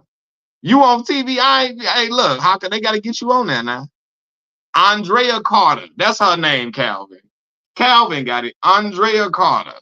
Yeah, she a little fine. I ain't I'm like, hold on now. Hold on, Andrea. You hear me? Calvin knew exactly. Calvin be knowing who I be talking about. Calvin be knowing about the women now. He be knowing about the women now. For real. He know who I'm talking about. Yeah. Andrea Carter and Molly Karam pulled it up when he was walking into the arena. Y'all gotta watch that video, y'all. If y'all haven't seen it, man, y'all gotta watch that video. He said, "You notice Charles Barkley is the only one that really want all the smoke with LeBron, but LeBron be dodging." And no, he don't. LeBron didn't, after LeBron cussed out Charles Barkley back in the day, LeBron had been right in Charles Barkley's face. And they didn't move, they've moved past that moment before. Yeah, Taylor Rooks, SL. Taylor Rooks is the one. She finding a frog here. Taylor Rooks, that's why all them NBA players just be saying, they be just making stuff up when they get in Taylor Rooks' face. Yeah, Taylor, I'm gonna get into NASA. I'm gonna fly to the moon. In 2 years, Taylor Rooks, I'm gonna win the championship. I'm gonna join NASA. I'm gonna fly to the moon, and I'm gonna come back, and I'm gonna give you a piece of the moon when I come back, Taylor. That's what I'm gonna do. Brothers just be getting in front of Taylor Rooks, just making stuff up. Brother, ain't nobody asked you nothing about none of this. You just making it up. Yeah, I'm gonna win 12 championships, Taylor Rooks. That's what I'm gonna do, Taylor. Yeah, Taylor, boy, Taylor cold, boy. Godly. Brother to be making stuff up. Taylor, me and Bill Gates, me and Bill Gates gonna come together and do something. We want you to be a part of it. Like, well, Taylor Rooks, I got $1 billion for you after I'm done playing. She cold though. Ooh. And she went to the University of Illinois. She was there. My homegirl went to school with her. I was in communications, and I almost went to Illinois. Now, you know, if your boy, look at me, I'm sounding like Jason Whitlock. You know, if I was there now, if I was at Illinois when she was at Illinois, Jason Whitlock, y'all know, I know me. When those big cans, she has that peanut butter skin, her and that peanut butter skin. Oh my God, boy.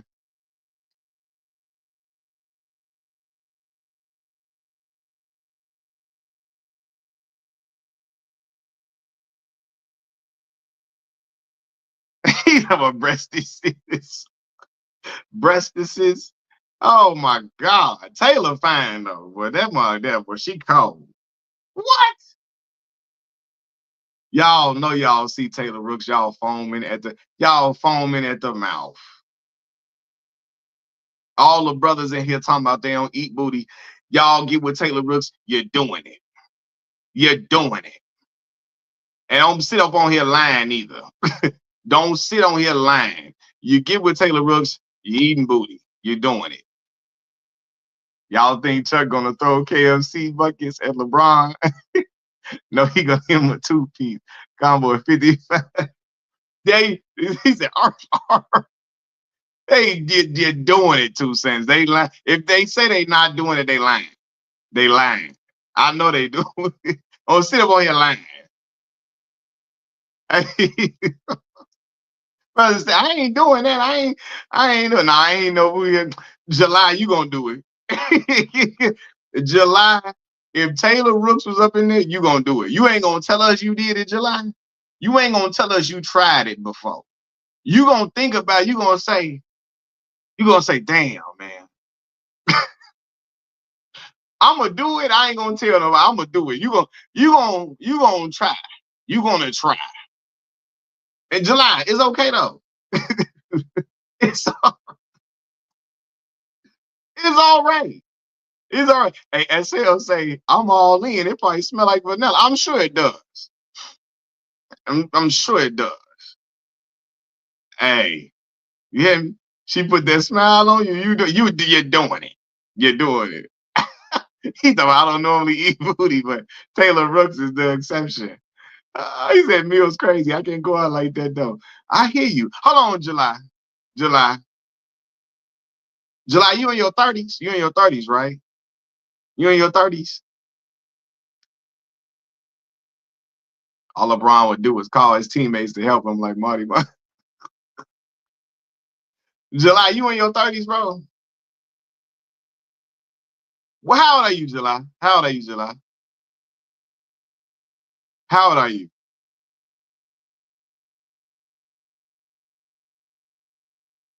I want to know something. How old are you?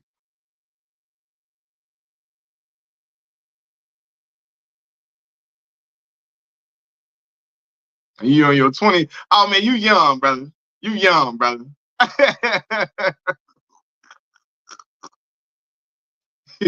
He said, I'm in my 20s. I'm gonna say that. July, July, you gonna be like, man, hello, Jonathan, what you said? Hold on. Hmm. Ah. What did you say, Jonathan? I'm trying to look for your previous comment.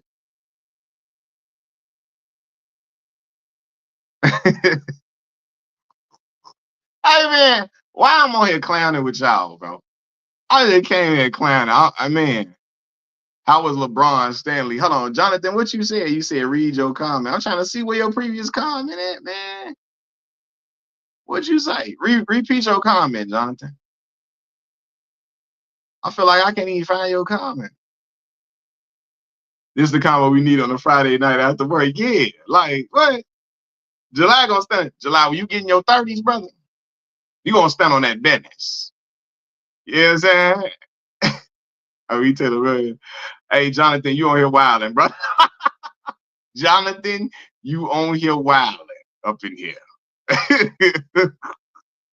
Now, listen, you didn't took a Mississippi mile, Jonathan. You didn't took a Mississippi mile. You didn't took a Mississippi mile. You know, it might be different in 30s. Folks really start not to. He said in your 30s, you start not to give a. Hey, listen, man. All I'm saying is in your 30s, you might consider it. You feel me? I ain't saying if Taylor Rooks is in front of you, I'm not saying no random girl, but you know you might be like, damn man, I ain't never done this in my life. Man, you probably gonna be scared, but you gonna be like, man, man, it might not be that bad. It might not be that bad. Ah! Um,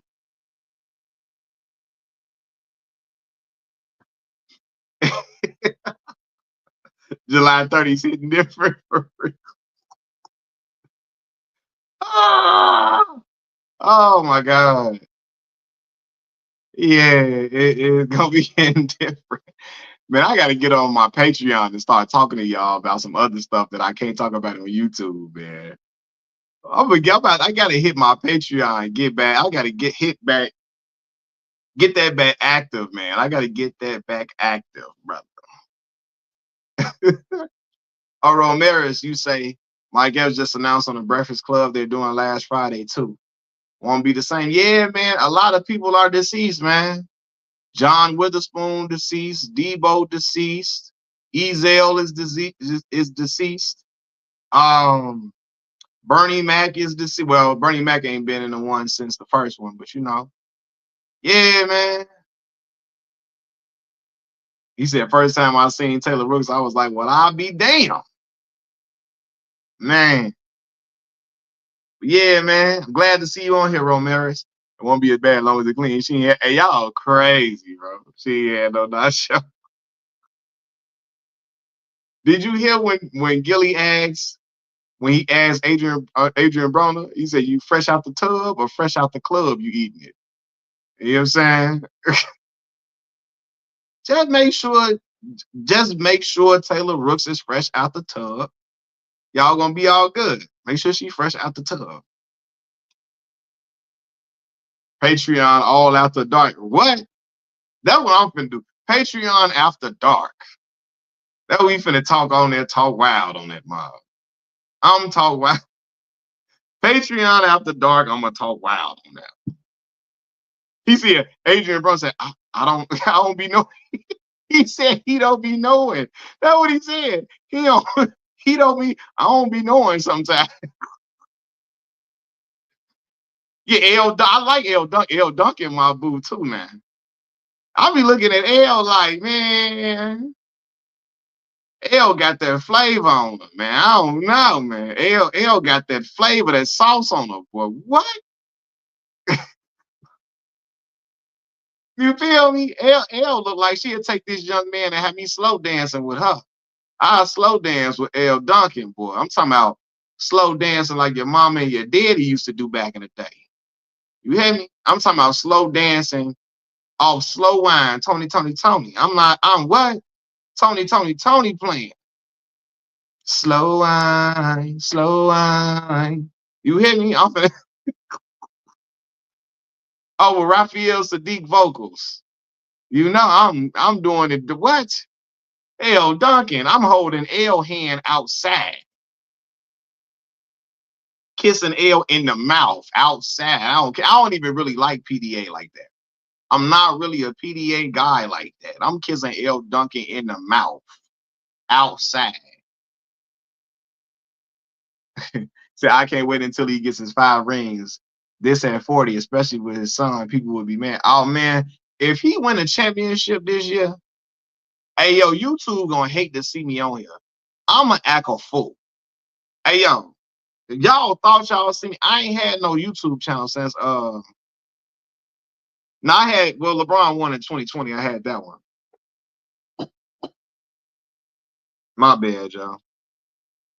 But boy, LeBron won the championship.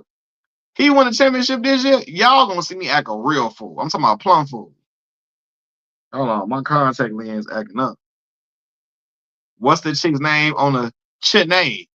Chennai Agumake. Oh my God, Chennai thicker than a snicker, boy. Woo! Yo, my father called me one day. He said, hey Malcolm, turn your TV to ESPN. Look at old girl. Look at the body on old girl. Look at the body on her. My father, look at the body on her. Look at the body on her. Chennai Agumake. Chennai Agumake. Woo! Agumake. That's how you pronounce it. Yeah, boy. He said Mills would take Stephen A easy work. Nobody ain't ever feel Stephen A. Man, yeah, me and Stephen A was the rumbling. If they say, Mac, you get $1 million if you whoop Stephen A ass. I'm gonna have to whoop Stephen A ass.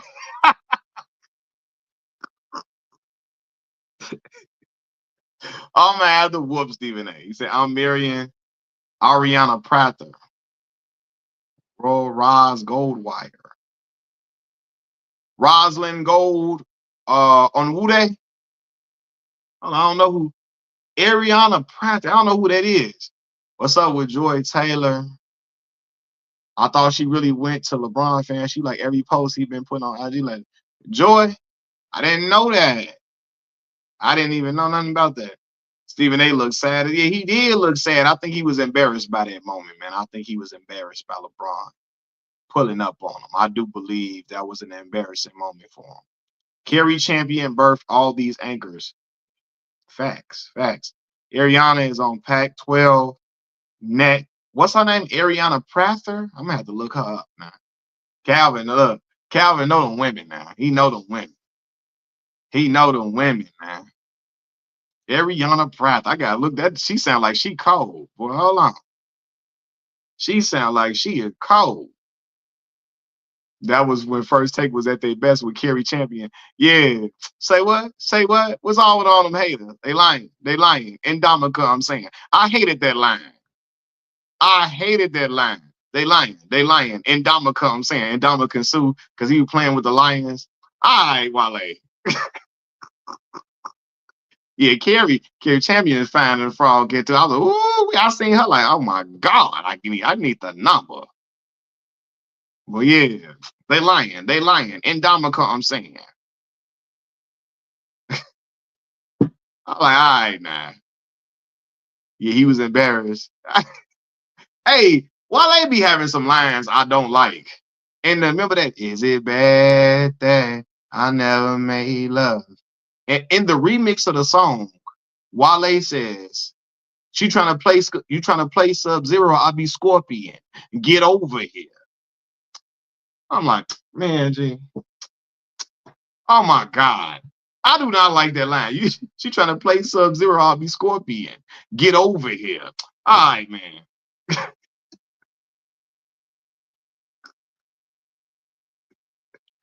Ah! Hey, hey, man. And I listen. I did. You know, my son's mother, not even the biggest rap fan. She smacked her lips when she heard it. She was like, she was, she was like, I like, bro, flat. All right, man. And I like Wale. I ain't like that line though. But all the chorus to that song is fine by itself without the rap. Yeah. Now look, the Tierra Thomas version, not the Rihanna one. Yeah, the Tierra Thomas one.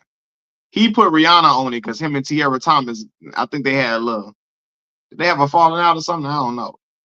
But yeah, I know Tierra Thomas fell out with Rico Love, you know, but yeah, a lot of them be having some cringe. And I'm not saying you're not a fire rapper if you got cringe bars.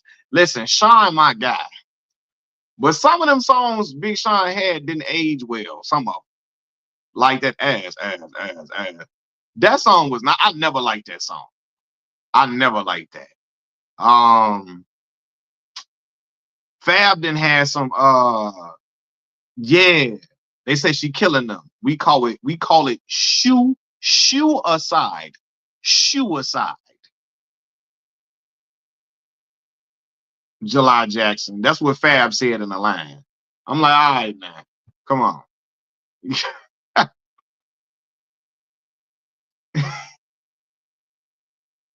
Yeah. One man, I ain't like one man can change the world either, SL.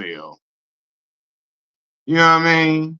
Now, now I do like some songs he had like back. It was some songs that aged well, but some of them older songs didn't age that well. Um, I got a secret for y'all, man. I I don't really think I really like Marvin Gaye and Chardonnay like that. Well, did I? Did I?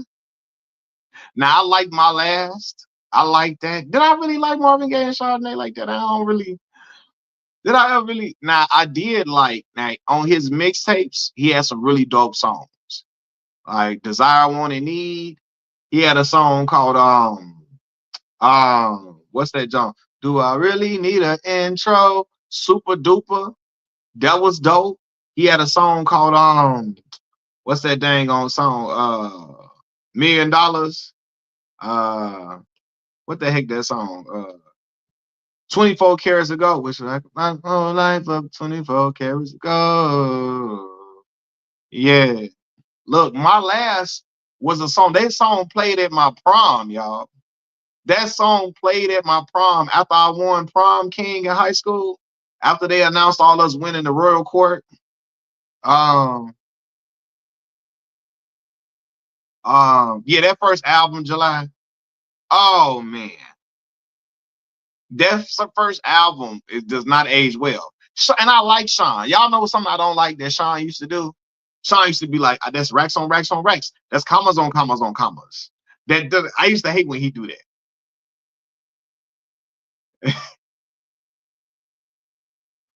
Now Sean, my guy, but I used to didn't like when he be like, "That's commas on commas on commas." Now that's that it on now that's now that's stacks on stacks on stacks on stacks. Now there's racks on. He used to do that a lot, and I'd be like, "Yo, yeah, SL." Wayne punchlines. He has some. He will have some terrible ones. I'm saying, like, bro, what? What? Come on now. And all rappers have some lines that they don't like. I remember J. Cole. J. Cole, my guy. First of all, that Clouds by J. Cole. Clouds. That J. Cole still showing y'all he's still an animal, regardless of what happened in that whole Kendrick Lamar and Drake situation. He's still a monster.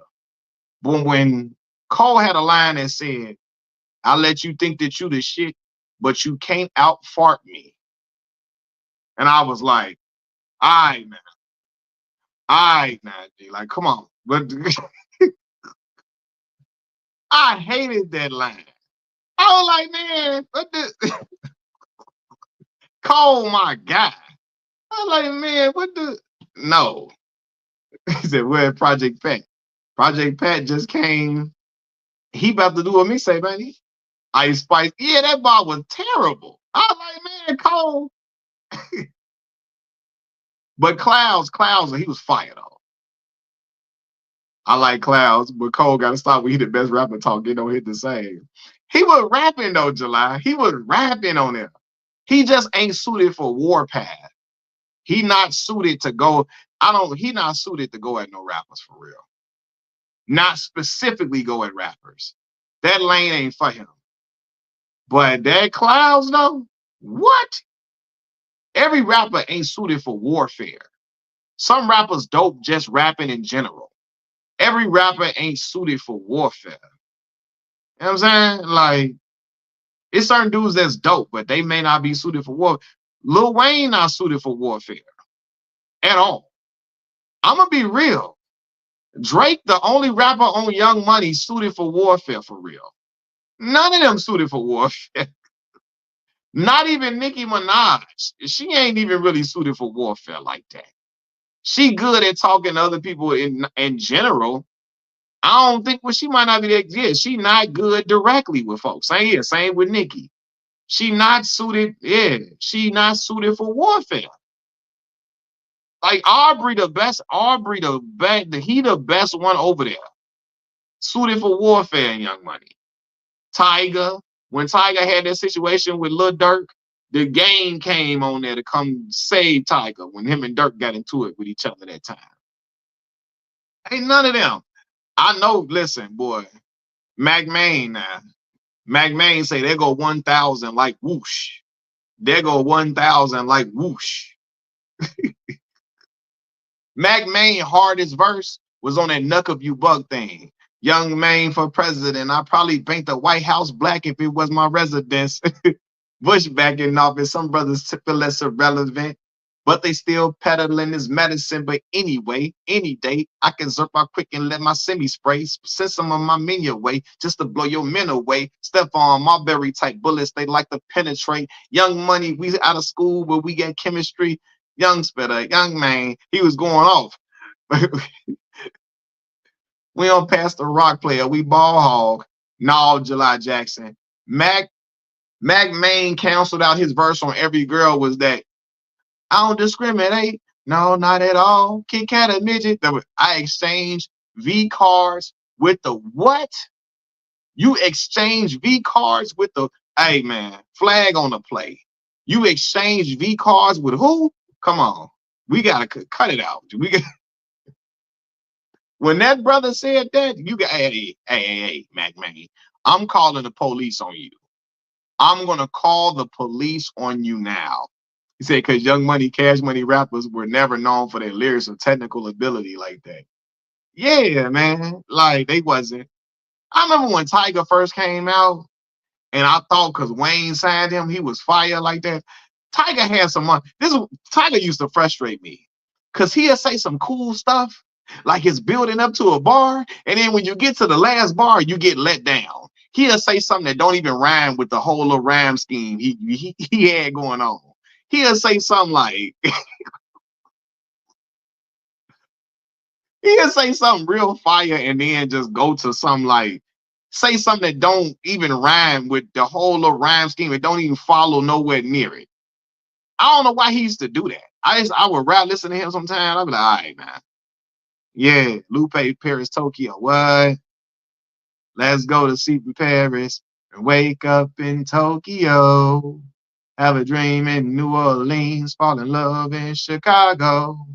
Hey.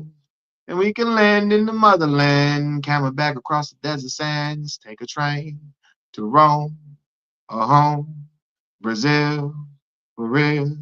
Wherever I go, she go. Who said? You said Mac Main taught you how to count bars. Hey, Mac Main say they go 1,000 like whoosh. Yeah, they go 1,000 like whoosh. I'm trying to think of. I remember Big Sean used to have a song. Big Sean had some fire joint. I am a super duper trooper. used to the bottom, scuba. So I'm on my grind, skateboard or scooter, until I am the king of my castle, Cooper. Dog, I took a shot in the dark in the industry of sharks that's surrounded by water, Cuba.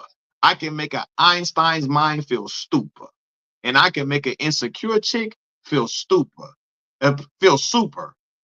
Is what he say, realest N-word ever. Kunta, Kente, Ultra Master, Super Sensei, Dog, and a knife ending. We just trying to hit a homer. Marge, Comprende, Hard, Al Dente, MJ, Jordan, or Jackson. The only difference is I ain't messing with these kids. Sean, big. A problem too big. Trig. Hey, that was when he was doing that, I was like, all right, that was fine. I like that. I ain't gonna lie. I ain't gonna lie, I like that. He said, rich young, your name got bigger, and my chain got bigger, and my change got bigger, so my chains got bigger. Oh, that what he said?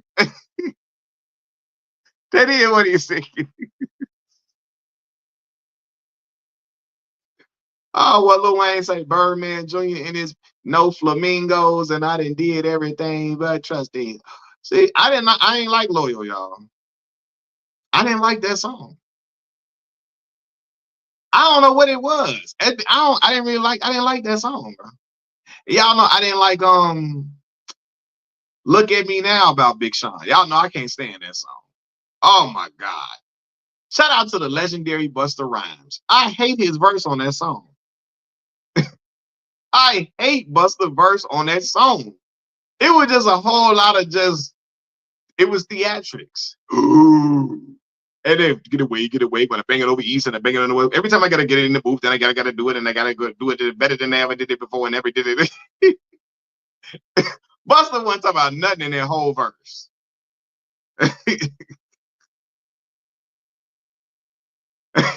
But he wasn't talking about nothing on that whole verse. Bang it in the east, bang it in the west, bang it over here, bang it on my chest. When I gotta get away. Every time I get it, then I gotta do it, then I gotta show it, then I gotta do it better than nobody ever did it. Hey man, you're not saying nothing. Everybody was amazed. Oh, that's why, bro. I'm telling you, that's why people think fast rap corny. That's why people think fast rap corny. Because people be doing that and don't be saying nothing in the fast rapping. And Busta a legend. Busta can rap. But that verse was just him saying a whole lot of nothing. And no, my man's SL real. Loyal started the shift of R&B. That's why I didn't like that song, bro. And you hit it right on the head, SL. Loyal is when the sound of R&B started to shift. He said, Mills, you fooling. Y'all know Busta wasn't talking about nothing on there. Busta wasn't talking about nothing. I can't stand. I'm a dissect that verse. He wasn't saying nothing, and all that.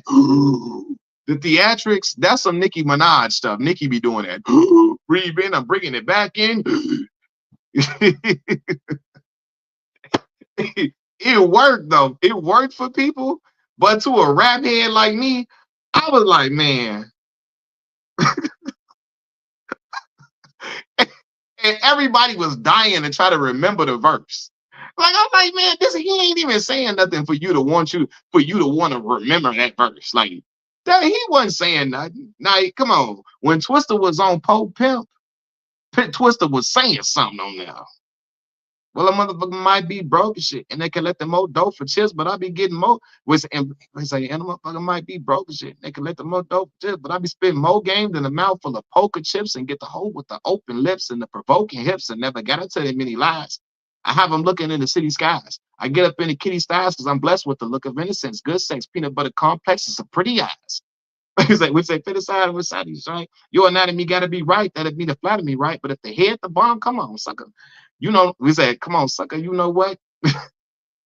Members of my clique want to see what that'd be like. I know you want to try that. To the rhythm of a hi-hat. Don't be bogus and deny that. I done got the to let my fellas run a train while she lie back. Now, Emma Effa, can you buy that? Where your ride at? On the passenger side of yo ho trying to come up on another G. The broad all up under me, trying to smother me, looking lovely while I roll another beat. Suddenly, she learned that I don't deal with emotions. But when you're in the room, she rubbing me with lotion, coming like an ocean coasting. But he say, was it thinking me and do or die? Did think a love potion. The word no was never said. Twisted be giving women dick in the bed until they sick in the head. Come on, what? Twisted was rapping.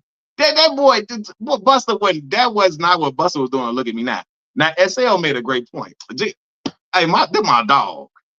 I always felt like people would overrate Chris Brown's rapping ability. He not that good. He not. Every time Chris rap, they think I'm gonna say that the girl's gonna get mad at me. He is not a good rapper. I listen to rap music for real. Like Chris Brown ain't never said nothing that made me say, oh, that's why when he was beefing with Quavo, I didn't give a damn about that damn diss. Everybody had me do. I didn't give a damn, especially when he trying to fight over that damn Karuchi, a girl that don't even want him. A girl, Chris ain't got a restraining order on Chris. Chris still crashing out about a woman that had a restraining order on him. Like, man, I'm not trying to hit it. I don't want to hear no record about you getting mad about a girl that got a restraining order on you. Hey, if you don't gone, Chris was trying to crash out on everybody dating her. But again, he's not a really good rapper. People be acting like he not. I don't be liking hard nothing Chris be saying for real. But, oh my God. No. That is a fact. Who said Mac Main? That who taught me how to count bars? I stack. That's what keep me out of cop cars. Who said that? I don't try to remember who said that line. I don't remember that line, TMD. Who said that? I wonder if he gonna crash out on Dion. They say Dion creeping with Karuchi. He ain't gonna do nothing to Prime now. Him going against the weakest Migos in the group, rap skill. Yeah, I ain't because you went against Quavo. Quavo ain't no diss rapper either. He ain't no rapper like. Man, you better go and somebody go rap with you. Chris, but I'm telling you, if I was a rapper, Chris couldn't come at me. I got too much ammunition against Chris. He a grad chapter blood, joined the Bloods when he about 23, 24, grown as hell, trying to be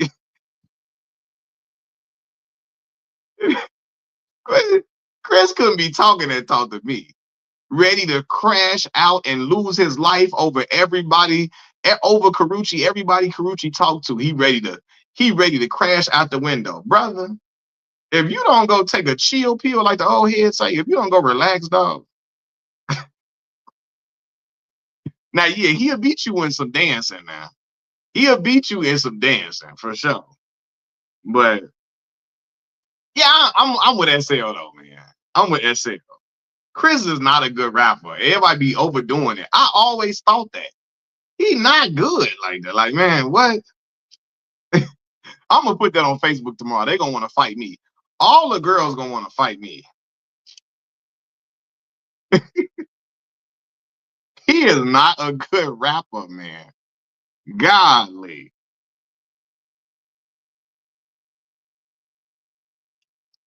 Chris could get on the song and say, do that whole. He could do that dang on Busta Rhymes verse, and people would act like that's the best verse they ever heard in their life. Woo, Busta. Man. Oh my God, y'all. Oh man, I didn't even watch the game tonight, man. Who won the game? Jokic won, right? What Jokic? I said Jokic. The Nuggets won, right? And what was his stat line? Y'all gotta tell me. You asking for trouble, Mills. Chris Brown fans like, oh man, Chris fans, whoo, they be ready to fight over him. I don't be can either. That because Chris get more pass than everybody. Beat up Rihanna, like get your yeah, like man, always Chris do a lot of stuff. Oh, Jokic had 30, 20, and 20. But that's some numbers my player would put up. 30, 20, and 20. Has somebody ever had a game like that? 30, 20, and 20? What? 30, 20, and 20. Remember Busta? Busta used to have the dopest videos. Him and Missy Elliott. Baby, if you give it to me, I give it to you. Well, no, what's the one? What's it gonna be with him and Janet Jackson? What's it gonna be with him and Janet Jackson was fire. My man's called them the Phoenix Nuns. Y'all wildin'. Yeah, 30, 20, and 20 is ridiculous. Like, what the hell? What the hell? You 30, 20, and 20, dog. You on some whole other shit, brother. Yeah, that was that. That was that. That's what they was doing. What's it what's it gonna be? Gonna make you buy this game. Hey, that was a hit though. That was a hit for real. Suns sold the next 3 drafts for a Bill victory. Oh my God, they did. And having goddamn, what's the boy name? What's his name? What's my man name from St. Louis, Missouri? Bradley Beal. Hey, my brother got to go. The brother got it. Kevin Durant gonna be he going out of there too. Got to stop for real. He looking good. What Kevin Durant do? What he do now? I know he got mad because the city was booing them. Hey, now they got to write the boo though. Yeah, you know, if the product ain't good, they got to write the boo. Bradley Beal he got to go. That's when music video made the song. Yeah, Sharon B. That's when you still had a treatment for the music video. You had to plan out the music. Nowadays, Chief Keef and them ended music videos now. They ended the music video stuff. Because all you had to do was have a cameraman, somebody to edit the video, and 20 dudes outside with no t-shirt on in an alley doing the fake gun signs, throwing up gang signs, or actually having real firearms. You know, but back then you had to have some real firearms. Some real ones. But back then you had a treatment for the video. Okay, first we're gonna go to the boat scene, then we're gonna go to the club, then we're gonna be on the beach, then we're gonna be at the house. Like they had a whole lot, and the music videos used to be shot over several days. Y'all remember when BET and what MTV used to do making a video? When they showed you people making a video, I watched 50 Cent make the Just a Little Bit video, all of that. Like it would take about a couple of days to do the video. SL, that it did start with Bad Boy. Bad Boy put the pressure on folks that had the videos. Diddy had them boys in them shiny suits. You feel me? He had them dancing with the fly clothes and the Hype Williams looking videos he had. Boy, what? I remember some songs because of the video. Facts. That's for real. People remember video back then. The video was just as important as the song. Like you had to have a dope video. You had to have a dope video. Every video, the video will make the song fire. People don't Tip Drill. The video of Tip Drill get played more than the individual song. The video of Tip Drill gets more spins than the actual song. You know what I mean? Like Missy Elliott's songs, the video made Missy's songs even better. When you hear Sock It To Me and you see her in the Mega Man fit, like she Mega Man and the Missy fit and all of that, her and the Brat and all of them on there. When you seen the Get Your Freak On video, when she spitting dude mouth and all, when you seen her in that, I can't stand the rain, super duper fly, yeah, can't smile and I can't stand the rain in a little big old garbage bag. Come on, man. What? Yeah, Sharon B. Remember the time come on, the Remember the Time video, Sharon. Let me fan you off. Cause you on fire right now, Sharon. Remember the Time video was epic, boy. Come on, man. Come on, man. Eddie Murphy and them up in there. Ludacris, Luda videos was fire all the time. Luda had that get back. You don't know me. Like Luda always remember Roll Out, the Roll Out video when his head was real bigger than his body. What? Or Southern Hospitality when he was hanging upside down with the Afro puffs looking like Thugnificent from the Boondocks. You feel me? Like what? Roll out. Come on, Jay. Roll out. Go. I got my twin Glock 40. Roll out. So top that. Hey, yeah, for real. You can't stop. That that car don't come out until next year. Where in the did you get it? Hey, Luda was riding. Luda was a real rapper though. He was SL. He was rapping for real. He was rapping because he got at my boy Tip too on that Stomp remix. But in general though, Luda was rapping for real. Good night, Meals and Tech. All right, good night, brother. I appreciate you hopping on. I got y'all on here late. Big Sean stole Luda style. Luda was he was a creative all the way. I'm talking about from the Saturday video to stand up with the big old shoe. Stand up. When I move, you move. Just like that. They got that on the commercial now. What commercial is stand up on? You know what I'm saying?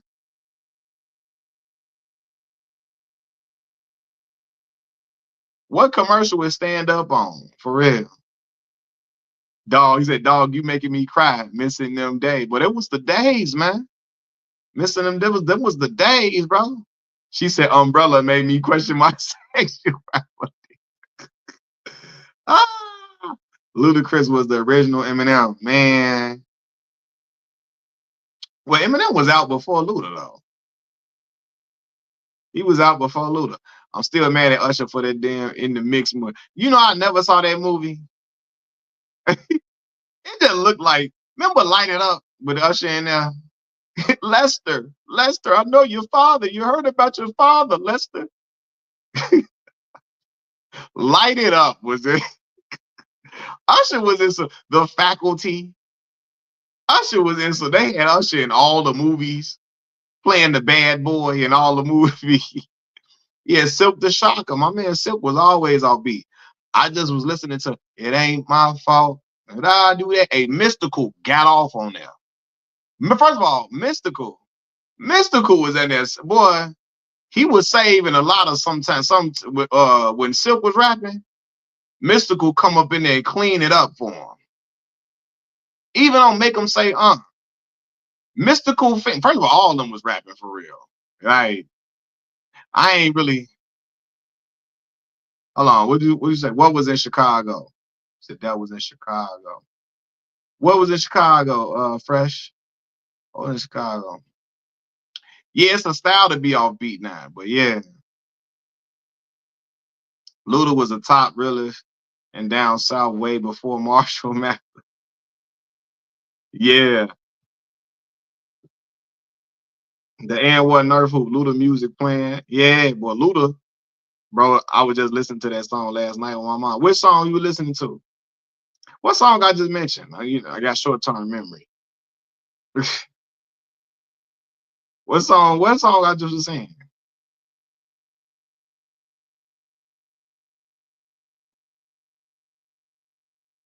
Uh Man, what you think of Sky versus Fever being moved to United Center? That's a good move, man. You go got more money. Got more money to have that going. You go to the United Center. Oh, the Usher movie. Yeah, you get more money, you put a United Center, people come out, they'll watch that matchup 100%. That's why I was so shocked when JB's baby came out or Luda was on there. That was a lot of white folks' introduction to Luda. That was their introduction to Ludacris. Yeah, you right. Godly. Yeah, that is crazy to think about that. I was listening to What's Your Fantasy the other day. Man.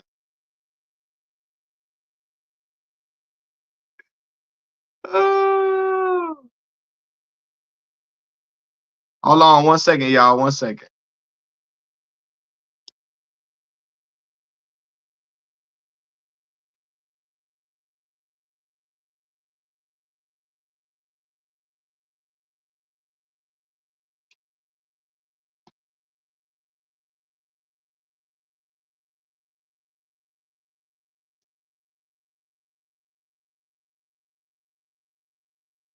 Oh, dang, I'm back. My bad. My bad. My bad. My bad. I had to check some what you call it. Hold on, I'm looking at all the messages. The No Limit was trash except Me See Murder. Mystical said, finish this line. Me and you, yo mama and your cousin too. Rolling down the strip on Vogue. Coming up with a rolling up, slamming Cadillac dog. Elevators.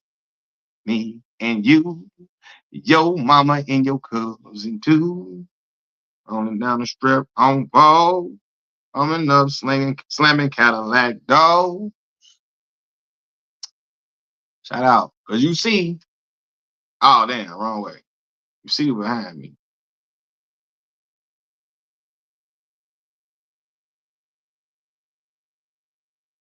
Every R&B group would stand in the rain in those white linen suits. And all of them be doing their hands like this. Said Mystical was spitting for real. He was though. Oh, it ain't my fault. I got you. We were listening to it last night. I know that ain't who I think it is. I know that ain't who I think it is.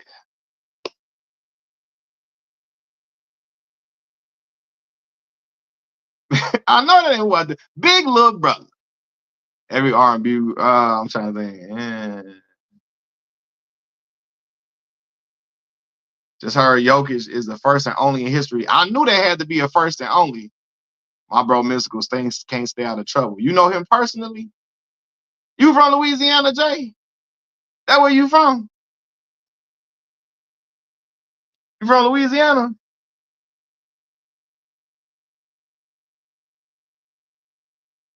Hey, Mia X used to be rapping though. Mia X used to be rapping. Little Big Brother. We from Texas, Tejas. Man, I remember I went through a phase where I was listening to all the Texas rappers. Killer Calion, um, Slim Thug, Zero, the Mo City Dawn. You feel me? I used to, I ain't never. It's so crazy. I could never get into Trader Truth like that. I could never really get into Trader Truth. But of course, UGK, Paul Wall, like I said, Slim Thug. I had Mike Jones album. I don't know, Texas got some fly music, man. Them boys be on that player talk. You know what I mean? It kind of remind me of like some of the subject matter, except the we wasn't sipping lean. That was like that's a Texas thing. But the player talk, pimping talk, that was Chicago. That's how the boys in Chicago was talking on the tracks. You know what I mean? Do or Die, Twister and them. That's what they was rapping. Yeah, Mia was cold, man. Mia was cold. Yeah. I like Kirk Cobain's. I remember I was listening to Kirk Cobain's had a mixtape called The Progression 2. What it was, something of a Texas Young Player. They came out when I was in my freshman year of college. That Kirk Cobain's Progression 2 mixtape was fire. Like that's when I had an iPod Nano. That's when I had an iPod Nano, and I had that joint on my iPod. There you go downtown. Baby Bash, Frankie J, Chameleon, yeah. You got me lifted, shifted higher than the ceiling. And ooh, it's the ultimate feeling. Got me lifted, feeling so gifted. Sugar, you get so fly. Sugar, you get so fly. Sugar, you get so fly. That joint was a hit. That was 2004. 2004, I think. Because that's the same time that Twister dropped Slow Jams. That's the West Side of Chicago. That's what Texas. Yeah, West Side Chicago. I mean, because Twister, Do or Die, that's West Side. That's West Side Chicago. Crucial Conflict was West Side too. Drinking my cup, but girl, I know how much you really want somebody that I really need you. What do you think of Bears possibly bringing back Khalil Mack? Khalil had a good season last year, didn't he? If he come back on that type of time, we need him on that type of time. Like them first couple of years with the Bears, he was on that type of time. Them last few, he was over. He was cool. He was straight. He was decent. Them last few years, but he'll get 8 or 9 sacks, but he'll have like 4 sacks in one game, and then he'll go without sacks for a few games. It was like he was disappearing and coming. He was disappearing and appearing, like, and would disappear at the wrong time. Them last couple of years in Chicago.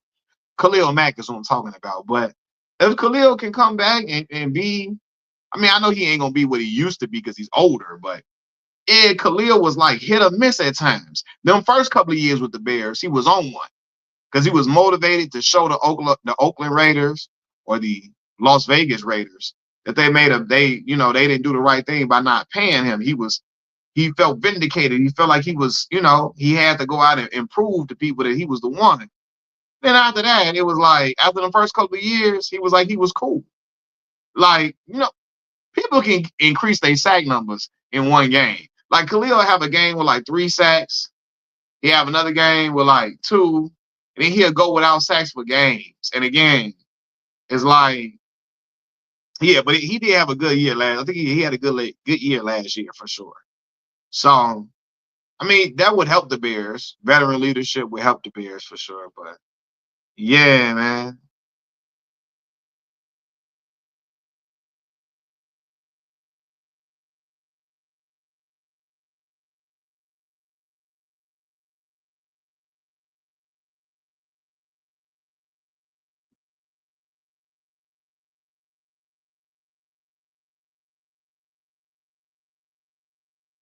Overnight Celebrity used to have a skating rink back on. Oh, SL. Why don't we play some of these? Well, like dry whips, I know that. Twister, you told him, right? I can make you a celebrity overnight. Give you ice like Kobe, wife. That was a joint. Actually, him and Twister and R. Kelly had a song called So Sexy. They shot it in downtown Chicago. That song feels like summertime Chicago all the way. And this is for them girls that be in a D. And this is for them girls that be in a D. And this is for them girls that be riding the D. The one that like to keep the D up the thumb now. That joint was hard. His last season with the Bears, yeah. Khalil was very inconsistent that last season. Them last like 2 seasons, he was inconsistent. So yeah, Kanye and Twister, they was making. Remember that impossible? That's just impossible. It's impossible, and you know that. I don't want to hear that bullshit. I want to hear that official Kanye and that Twister. It was on the Mission Impossible 3 soundtrack. It's just impossible. And then Keisha Cole was singing on the hook. No matter what I do. Oh, see, I've been waiting on my life. Yeah. Ooh, it's just impossible. It's impossible. And that was the joint, boy. And I know you from Texas. He said, man, you hear me? I'm just a trail young man. For real. That was a joint. Man, when Kanye was still Kanye Tutter, man. Kanye was on one when he was still Kanye Tutter. Kanye and Do or Die, Higher was fire, Imperials. That's facts. That was fire. And when you hear this song, you know it's on, baby girl. When you hear this song, you know it's on. Girl, when you hear this song, you know it's on. Girl, that got me so high. I'm gone. That was a joint.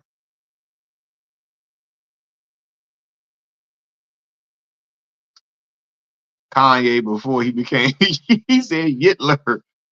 He crazy. Nah, facts though.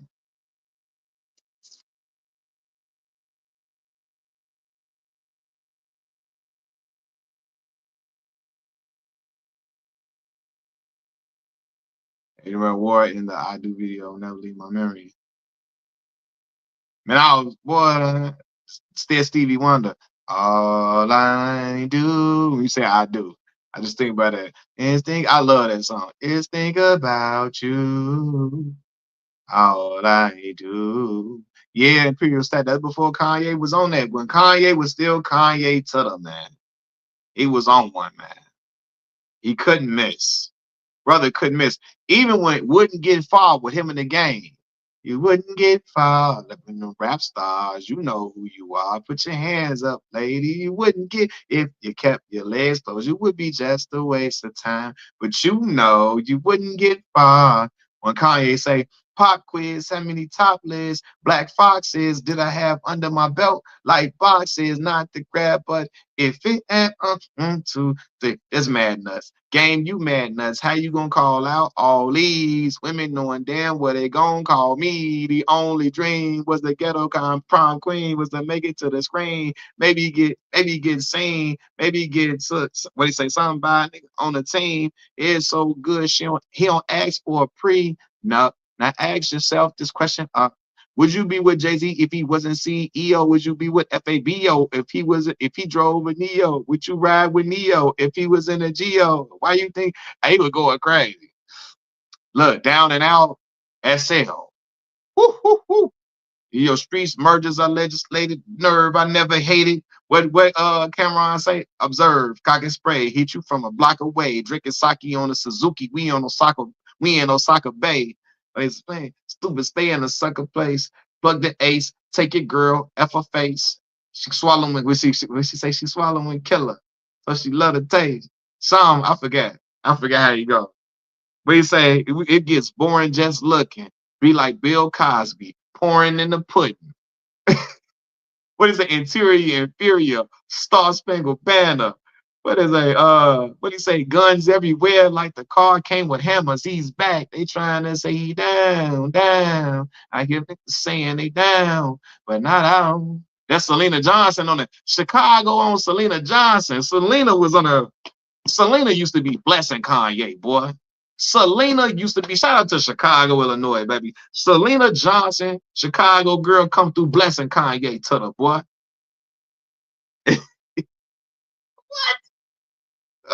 Uh, I have people saying he down, down. I hear them saying he down, but not out. Oh, but not out. You don't know about the cases I get. What do you say? Court case, suitcase, cases of Chris. What do you say? It was touch me, tease me with case with the shit. Ah! My brother name dropped the case, touch me, tease me. It was touch me, tease me with case with touch me, tease me. You said Selena didn't know what to say when Ye went crazy on her show with Lisa Ray. Boy, Selena, boy. Touch me, tease me, and caress me. Hold me tight and don't let go. Baby, I'm about to explode. Come on. Yeah, you can't imitate. You gotta do explode. You gotta know killer flow. What they say? And you dealing with some sure my bitch is pure thick. And he was going up. It's I who. What he say? I approached the hi boo, hi you. What he say? What did he say? You a stewardess? Good, ma. I fly too. And then when he told her, you a stewardess? Good, ma. I fly too. Come on. Hey, Cam was rapping though. Knock, knock. Who's there? Killer Cam. Killer who? Killer Cam, hustler, grind the gorilla. True on my chinchilla. Blue, blue. You ever been with the dealer? You ever dealt with a dealer? Now here's the deal, ma. We going to the dealer. Ooh.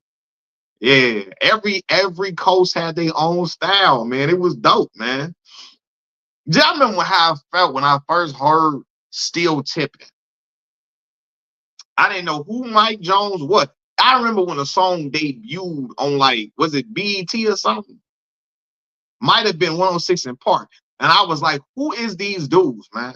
When I heard Slim Thug come on there, and look who creeping, look who crawling, still balling in the mix. It's that 6'6". Hey, he was going in. You're playing stick in your chick. That mother was rapping. When I heard him say blowing on that endo, GameCube, Nintendo, I was a little boy. I was a little boy blowing on that endo, GameCube, Nintendo, 5% tint, so you can't see off in my window. Uh, Top down at Max's with a big Glock 9 handy. East up, creased up, stay dressed to impress. Big boss belt buckle under my Michelin S. Gucci shades up on my braid when I escalade. When I ride spree wheel, sliding like an escapade. When he had the spree wheels on it, what? Brothers just be talking that talk. I'm like, man, what? Come on, man.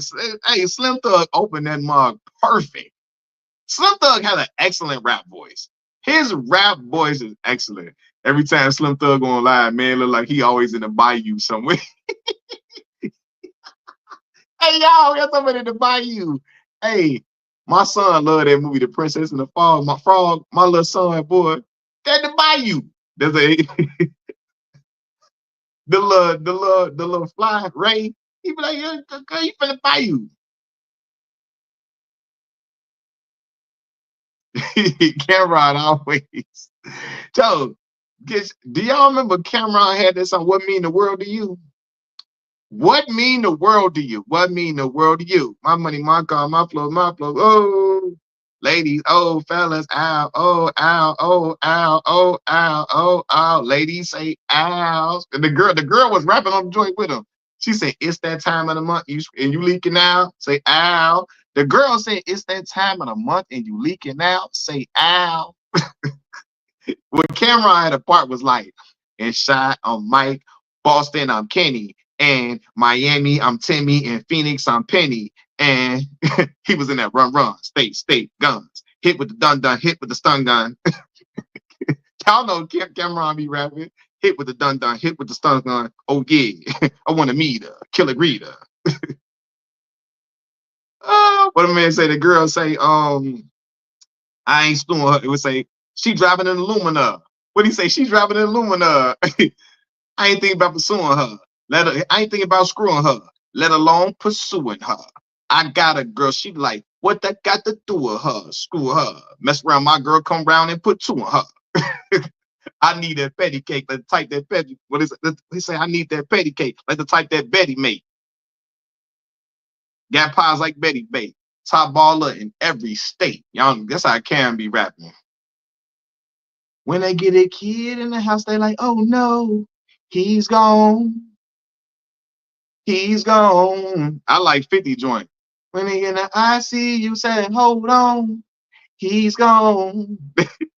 50, that funeral music.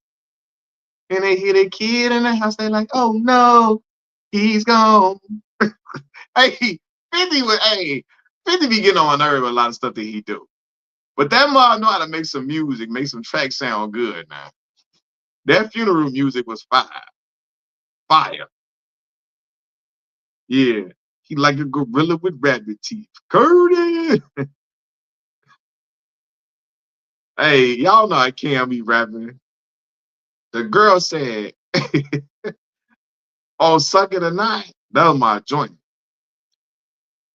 What did he say? I approached the slight grin. White Tim's number you can type in. She said she don't like men. I just laughed, Mom. If we link, we link. You don't like men? Me neither. What a coinky dink. What a coinky dink. Miss Jiggy, Miss Piggy, Piggy. Cameron needs to be saying stuff. Rap songs with people who could actually sing, not just harmonize on the beat like Ty Dolla. Yeah, that's all Ty Dolla be. Two of my in the club. Oh. Ty Dolla sign to give you one of them. Hooey. That's what he think he gets. That's what the singing come in. Hooey. I think they're just trying to set me up. Maybe I'm just paranoid. Man, just don't listen. You can say I'm friends with Fred. Hey yo, Cam. Hey yo, hey, how that boy be rapping, man. I remember what was that? Oh boy. How did he start off? Oh boy. What was the first line of Oh boy? All the girls see the boy. Look at his cars. Look at his. All I say is, look, mommy, I'm no good. I'm so hood. Clap at your soldier, sober. Then leave after it's sober. Killer, I'm not your companion or your man standing. Don't hit me when you want to get branded. I'll be scrambling. And cops and pops and pops. Listen, every block is block, a block eye. But she like the way I diddy bop. You peep that, mink on Maury kicks plus Chanel ski hat.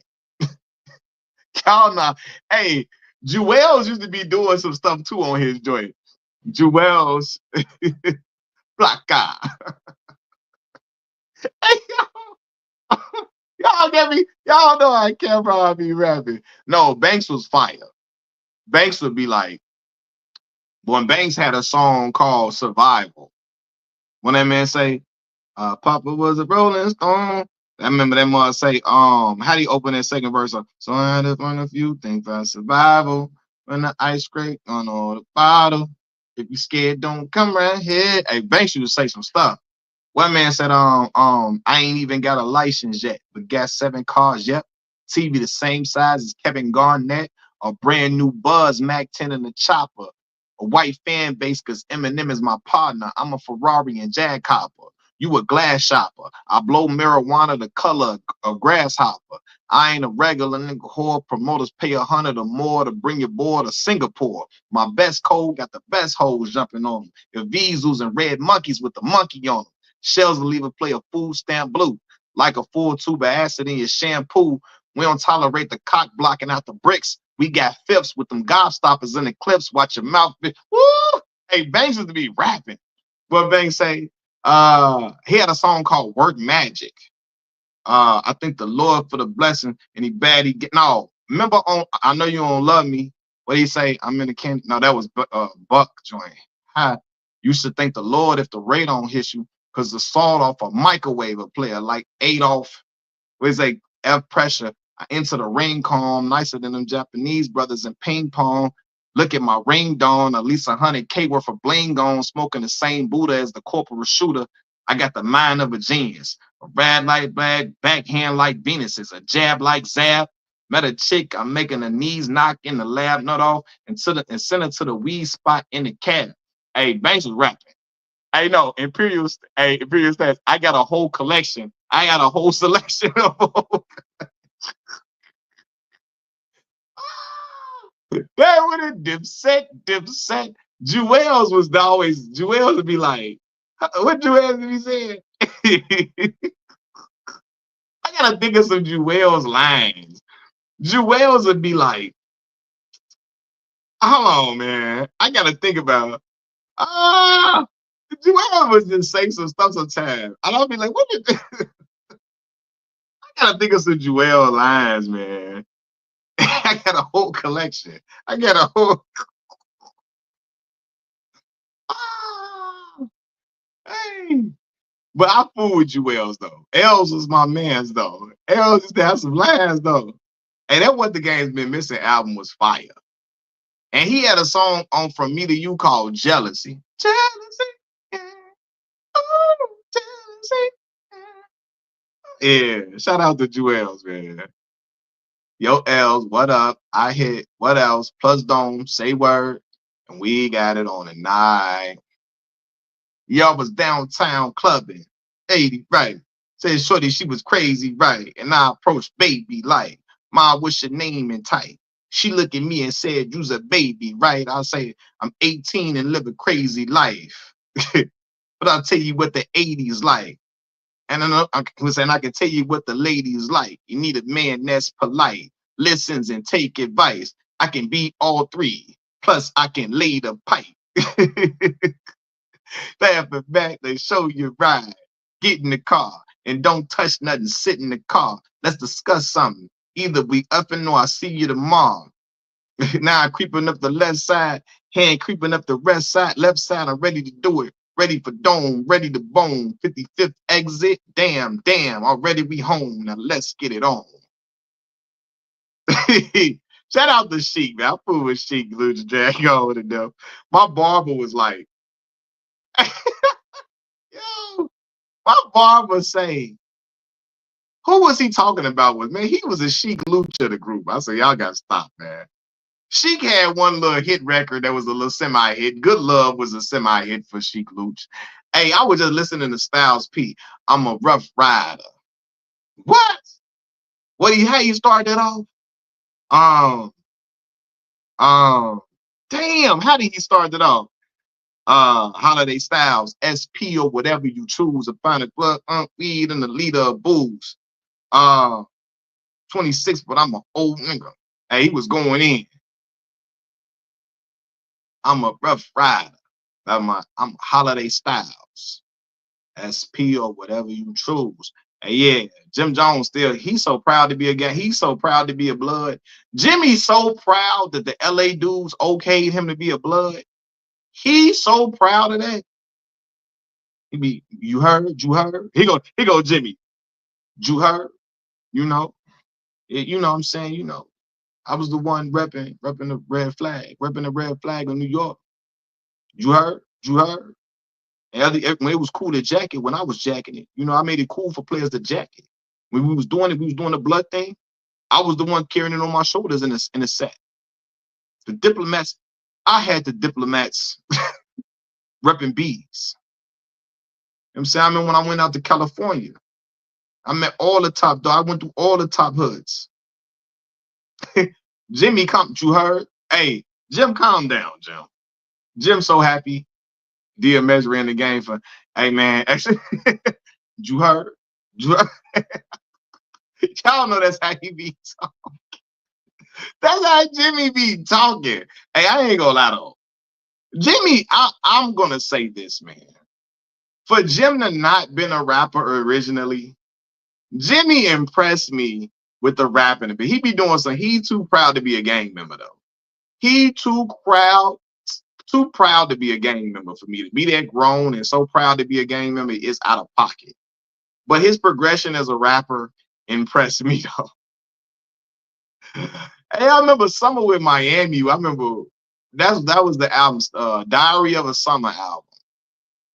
I remember he had a song when they called Honey Dip with him and J.R. Ryder. And I used to like J.R.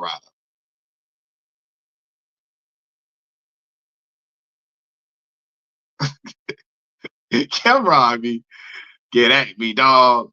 Hey man. Urgh. I remember that song was that what's that song? Honey Dip was fire. And he had a song called I'm in Love with a Thug with a girl singing on the hit on the hook. And Jimmy was flirting on it, floating on that one. Started as a crush for Rick for years, wishing I could ever. Yeah, J.R. Ryder was yeah. J.R. Ryder was fire. What's that song that used to be my dog? You was in my left titty. You was on my left titty. And they gotta calm down with that. But I get what he was saying. Used to be my dog. Styles P was on there. DMX and them was on there. That was hard.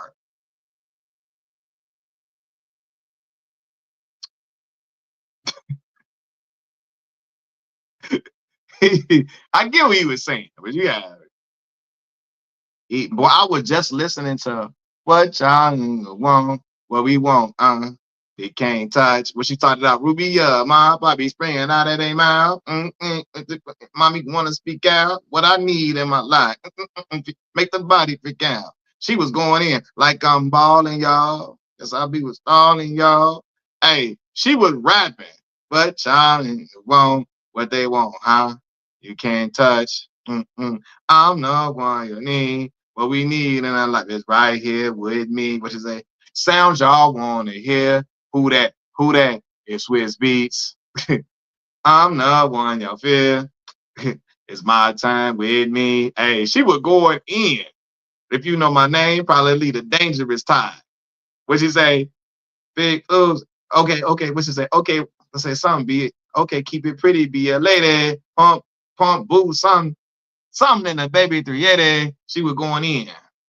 She does. I was listening to her and Gwen Stefani. First of all, her and Gwen Stefani sounded so good together, man. Blow your mind. Dre produced that song, didn't he? Dre. Dr. Dre produced Blow Your Mind.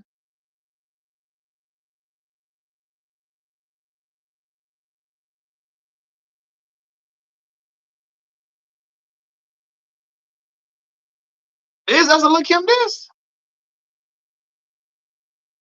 That's a Lil Kim diss for real. My favorite female artist with Jean Grey. Yeah, Jean Grey, though. But what's the a Rhapsody album was fire too, though. It came out too. Jean Grey Rhapsody. Yeah. I didn't know that. Man, I gotta go back and listen to that song now.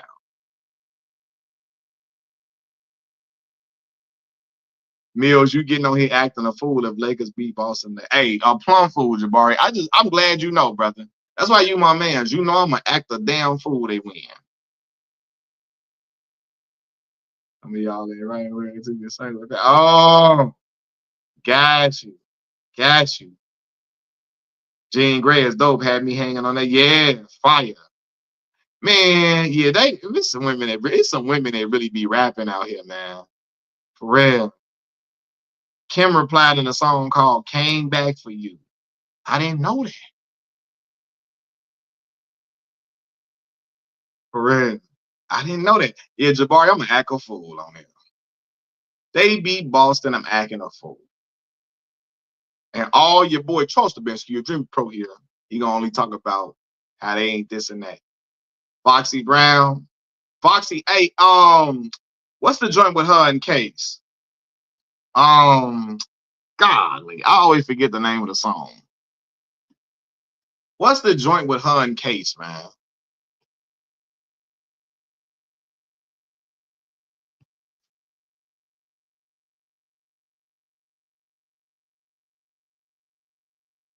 If you know my name, probably lead a dangerous time.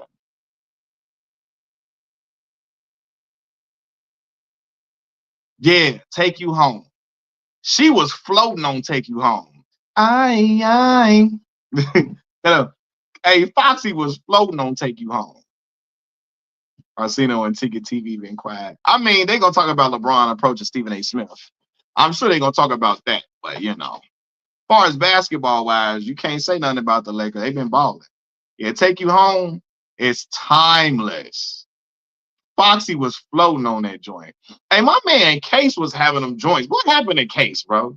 Remember Happily Ever After? I'm getting married off that song. Couldn't we please be happily ever after? Couldn't we please, baby? You come on, Imperial Stats. Wait, look at that. What? Them song with your girl? See, y'all know, man. That R&B and stuff hit when I was away. How you started off? How you started that joint off? That's what I did today. What did he say? Those were the words I said to you. It was last May, don't know the exact date. What did he say? In my hand. What did he say? In my hand there was a ring. That's the joint. And you told me that you love me. Come on, man. Them joints you can ride to you with your girl. He said Mills with the vocals. Boy, if I could sing, Jay, I'd be on here acting a fool. I'm telling you, I'd be worse than for real. Yvonne and Kiki Wyatt. Come on, man. Silhouette on a perfect frame. Doom, doom, doom. Shadows of your smile will always remain, always remain. Beginner's love don't fade away. Oh, baby, we're gone. I'll always remain. That's it. That long as I live, long as what is it? Long as I live, you will be my first love. That's it. But he say, and not choose you again. What? And Kiki, come on there. I keep a low candy coated Valentine. Memories of you when you were mine. But she coming in, a tarnished ring. Oh, hey, what? What? You hear me? Do y'all know? I remember me and my daughter's mama. That was my first love. I'd be sitting and playing that song with her. That long as I live. Oh, as I live, you will be my first love. and I choose you again. That was a joint. That was, boy, her and Avant. Avant had them joints though. That was R&B music, was real R&B music. I can read your mind, babe. Oh, I know what you're thinking. It's alright with me, baby. It's alright. The brother said, I know you wanna love. I know you wanna touch. I know you wanna feel. So baby, keep it real. I know you wanna see. I know you wanna be in my BED. Riding slowly. I know you wanna run. Then the brother had a point in the song. He breathing all hard. I'm like, Avant, you having a moment. That's that Janet Jackson moment. What Janet had that song? What was the song when she did all that moaning and groaning on? What song was that Janet had? Y'all know this Janet Jackson song I'm talking about. What the name? What's the name of the song? I know the song too. What is the song Janet had when she was doing all that moaning at the end of the song? Anytime, any place? No, was it that song? What she? What song was that she did that? No, it wasn't on there. Anytime, anywhere. Was that what she did all that at the end of the song? Oh, it was another song. Was that it? Was that the song she did all that moaning and y'all know what I'm talking about? Yeah. It was like, now it was not that song she did it on. The song was called what's the name of that song? You know what I'm talking about. Oh my God. Hold on. Now I gotta do because now I'm finna get mad. Now I gotta remember this song that she did all that moaning and groaning on. It was full out. I'm talking about like you would have thought she was in the studio doing something when she had when she made the song. Imperial Stats know what I'm talking about. Hold on. Janet Jackson. I'm gonna find this dang on song.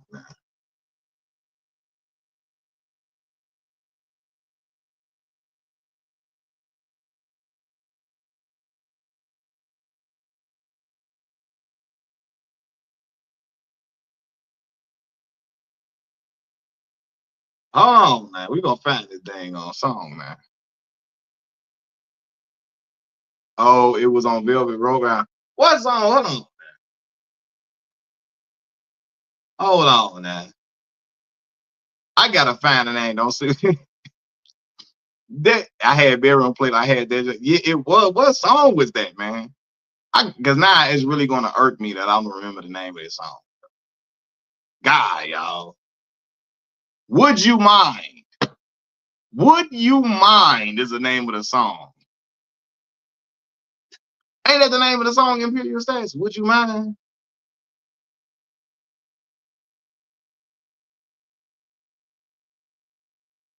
It is that. That is the name of the song. Yep. Would you mind? Yep. And she at the end of the song talking about how she didn't get to you know what and all that. Hey man, well, I was like, yo, this is freaked out. This is, but Janet was on there doing some talking. Yeah, man, the podcast starting to get out of pocket. You know they wilding out, Roseball. They wilding out.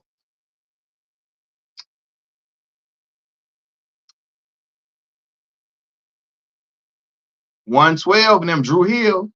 Drew Hill and them had they had a lot of hit songs, but I'm trying to think 112.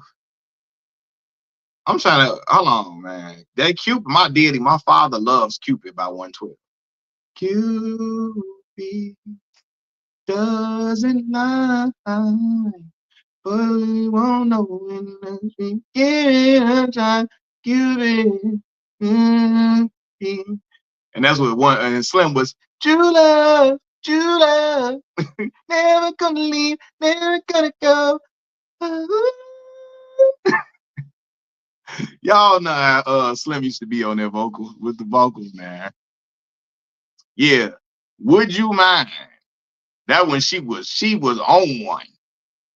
I'm like, Janet was on here. I was a young man, like, hey man, what's going on the song? My mind was inquiring, what was she doing? I'm like, yo, what is this? Oh boy, come on. I'm digging you. My son love that song. I'm feeling you. Ooh. And you know what's up, gotta know what's up, baby. Said I'm digging you, and I'm wanting you. So tell me what's up. Hey, that's the joint. Me and my you be rolling, scheming on you and your homie. The very first day of the summer, all chromed out in a Hummer Bay. If the parking ain't, hope that you walk this way. If you and your girl wanna ride.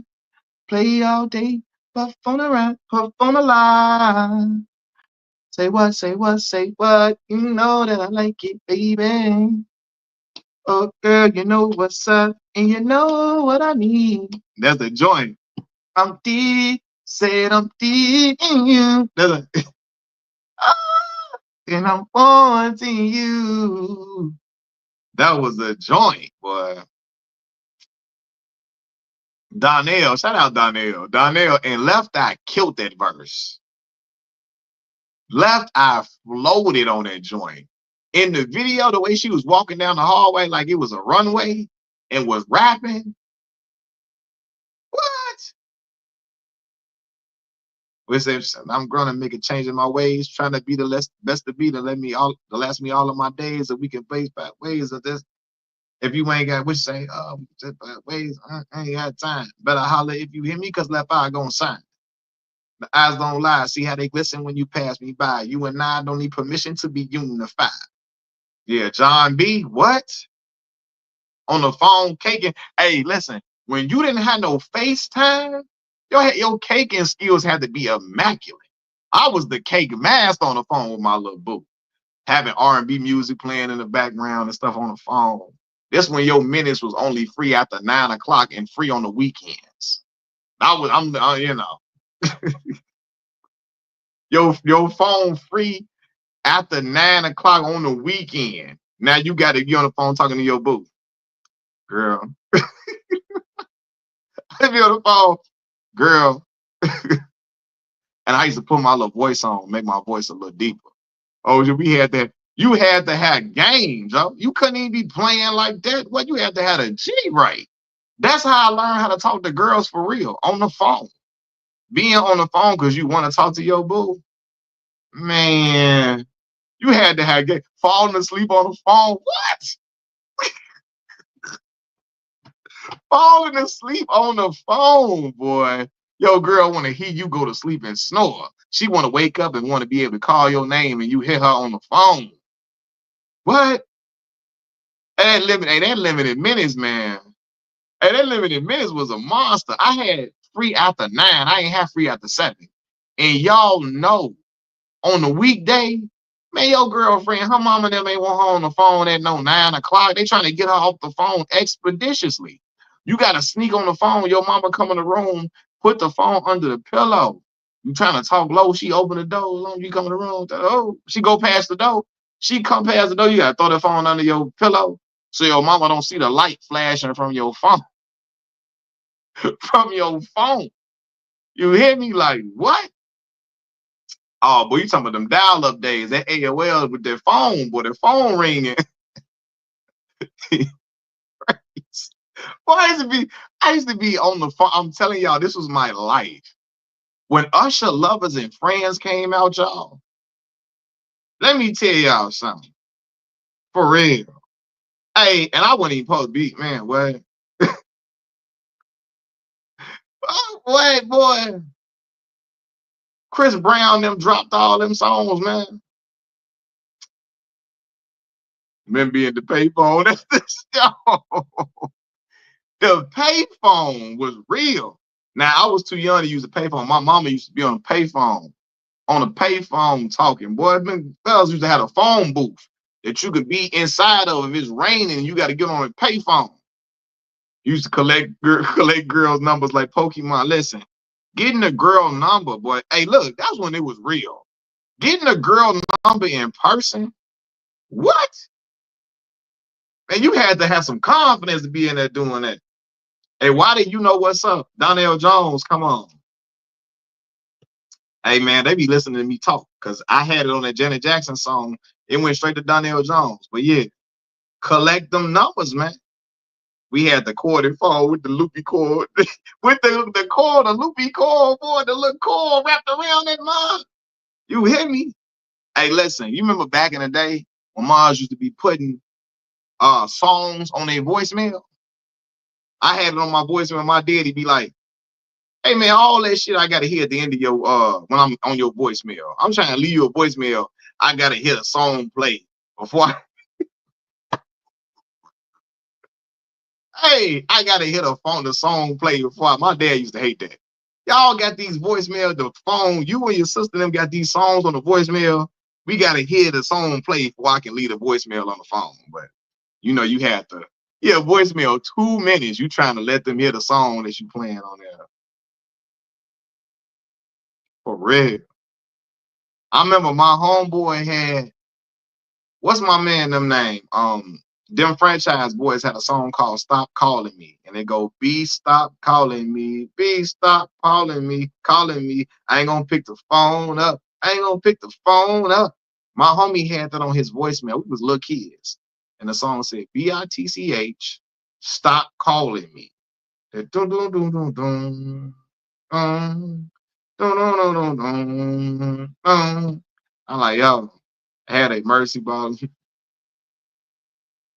He said, if I had a car back then, I'd had 20 kids, right? Hey, man, listen, it get treacherous out here. You said you'd be on your Ant-Man, Anthony Edwards, Evander Holyfield.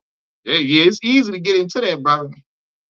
Listen, my father be like, he say, man, if I had social media when I was younger, boy, you had so many brothers and sisters, you wouldn't even know what to do. You would never be lonely, boy. Never be lonely. For real, bro, brothers was going on that bus, go talk to that girl. You going, listen, man.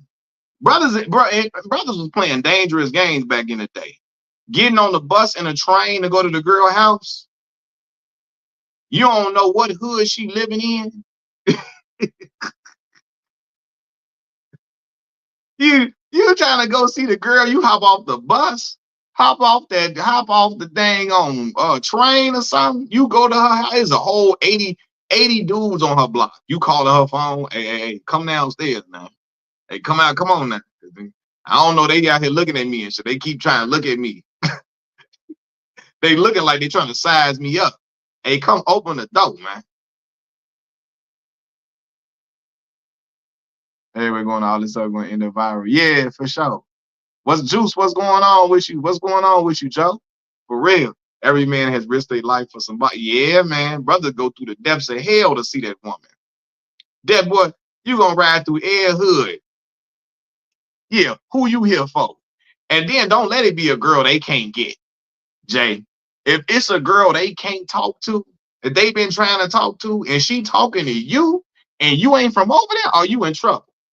Now he trying to fight you, trying to make you look like a punk in front of the girl now, because he mad as hell.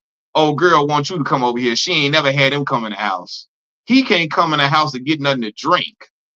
You hear me? He can't come play Uno in the house. He mad as hell. He said, like Kendrick and Shireen. Yeah. You come over there, you didn't got Shireen. Now everybody mad because you got Shireen. And Shireen ain't trying to get them, they can't even try to lay down their game at all because she ain't trying to be bothered with him. She want to be bothered with you. Now he trying to whoop you now because you think he want to show Shireen you a punk or something. Hey, man, no, man. There's always some hating dudes like that. You mad old girl don't want to talk to you, so you trying to come over here and press me. You trying to press me because the girl like me. I didn't seen that happen before. She not gonna want to talk to you because if you beat me up. Like if she do, I don't need the girl anyway. You know what I mean? You said, what's the hot topic right now? No, Juice, what's up? I appreciate you listening at work, man. We was just talking about back in the day when you was talking to girls when you was younger, when your minutes was free after 9 o'clock. And you know, you had the free nights and weekends, and you had to be on the phone when you was in elementary, when you was in grammar school. or you was in high school or something, you had to. Well, high school, that that ended for me, the free nights and weekends thing. But in elementary school, that free nights and weekends, man. Woo! My mama would snap if I was using up all the minutes, man. During the before the 9 o'clock came. I had me one look like Carrie Hilson. They wanted her bad. Oh man, you had a Carrie Hilson joint? Oh, you was the man in there. You was the man. I know they was trying to fight you. I know they wanted to fight you immediately. Dudes always be on stupid stuff. Like, yeah. If your apartment had Heights or Glen or Meadows in his name, we ain't meeting. All of them, bro. It's a hood in Chicago, apartment complex, Lake Meadows. All apartments that sound nice, they don't be nice. Lake Meadows, such and such Heights. It's always rough as hell. They make it sound good and nice. So they always gotta make it sound like it's something pleasant to be in. Man, what? My daughter mama lived in Lake Meadows.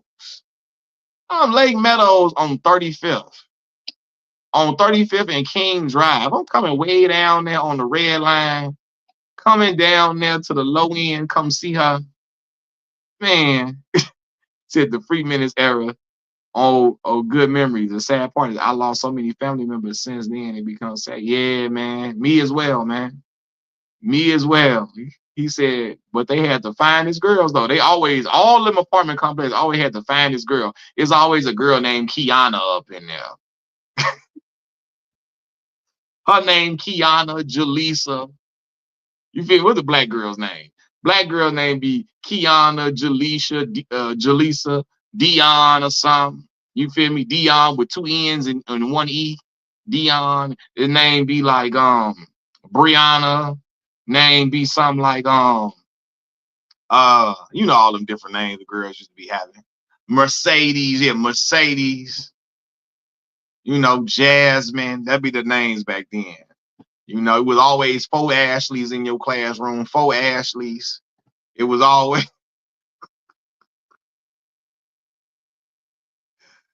it's still building that Obama Museum out south. Man, that is a great question, bro. I gotta figure that out. It's a great question. I'm sure they are though. Sure they building that Obama Museum for sure out south. I had a girl named Mercedes. I call her Benzina. Benzina. It's always 4, 5 Ashleys in the classroom. Hey, if the daddy answered though, the daddy, you call a girl phone, you praying to God her daddy don't pick up the phone. You call the house phone. Calling that house phone back in the day, that took a lot of heart to do that. Let me tell you, it took a lot of heart to date women back in the day. You in high school, elementary school, you calling a girl house and her dad pick up the phone? What? What, bro? Her mama, she got a mean ass mama. Mama mean as hell. Hi, can I talk to? I remember this girl I was talking to in elementary school, grammar school. We call it grammar school. And I said, I tried to talk to this girl. I said, hello, can I speak to such and such? She said, I don't know. Can you? She wanted me to say, may I speak to such and such instead of, hi, can I speak to? She said, she wanted me to say, may I? I don't know. Can you? Can you? Mama's mean as hell. They mad at I'm like Ice Cube. When Ice Cube carried the Doughboy on Boys in the Hood. Damn, you got a mean ass daddy. Damn, your daddy mean. Damn, your daddy mean. Your mama mean. Ah, boy, you up in here, boy. I remember my girlfriend. She had my girlfriend in 8th grade. She was one of 5 sisters. Hold on. 1, 2, 3, 4. 1, 2, 3, 4. She was one of 4 sisters. I would be so scared when I call the phone, her dad answer the phone. I would be so scared. I'd be like, man, her daddy gonna answer the phone, boy. She know her. No, we know her daddy ain't playing. My mom would listen to my whole conversation one time on the house phone. We had one living room in her room. She comes to the living room talking about, I heard your conversation, nasty mom. Yeah, man. Let me tell you something. My mama picked up my phone. I remember in high school, I used to be rapping and stuff. I used to be rapping and all that. And this girl knew I rapped and stuff, and she was like, when we had sex, can you make a song about it? She texted this to my phone. I left my phone in the front. My mama came through. Malcolm, Malcolm, Malcolm. Look what this girl said to you. Look what this girl said to you. She talking about if we had sex, we need to make a song about it. And at the time, it was this movie called The Diary of a Wimpy Kid. My mama gonna say, tell her, hell yeah, girl. I'm gonna name the song The Diary of a Wimpy Kid. And she would laugh, and I was so embarrassed, bro. I was so embarrassed. I'm gonna have my mama get on here and talk about that. The girl asked that I swear on everything I love, Jay. Everything. I listen, the girl, I'm friends with the girl on Facebook to this day. To this day. Right? Oh my God. Like, I was like, man, bro. My mama saw that text. I remember my mama called me talking this. Yeah, man. Hey, that back in the day, man, on a house phone, talking on a house phone was dangerous. Your mama pick up that other line and hear you talking. She listening to you. But see, I knew when somebody picked up the other line and started getting a little staticky a little bit. You hear the little sound. I mean, hold on. 1 second. I know something going on around this mug. My sister be trying to listen to the other phone. I say, hold on, and start walking to her room. She trying to fiddle. I hear her fiddling around in the room and shit. Yeah, I know you was on here trying to listen to my conversation. Caught your ass. I know you was up in here listening. Hey, getting caught by your mama embarrassing, boy. Now I'm trying to tell you, my sister be trying to listen to what I'm saying on the phone. Boy, I remember one time, this team, I'm gonna talk about on my thing.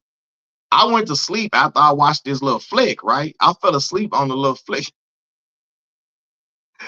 Y'all know the TV would have the little nasty channels, but they'd be like staticky, right? They would be like staticky. You know, when you ain't had a channel for real. Bruh, this when I was a little young, little freaky little boy. I figured out a way to fix the little cable cord to where the nasty channel could show pretty clear through the fuzziness. It was showing pretty clear though, right? And man, I didn't did what I did and fell asleep. I fell asleep and it was on. I woke up, my TV off, right? I woke up and my TV off. I'm like, yo, who cut my TV? I asked my little sister, you cut my TV off? She no. Asked my older sister, you cut my TV off? She said no. I'm like, damn, mama cut my TV off. I went downstairs. My mama was in there making some tilapia in the kitchen. And she was like, good morning. I saw you watching that freaky shit last night. You fell asleep. Did you wear yourself out or something? I was so embarrassed, boy. Oh, I was so hurt. Boy, I was so embarrassed. For real, man. I'm talking about what?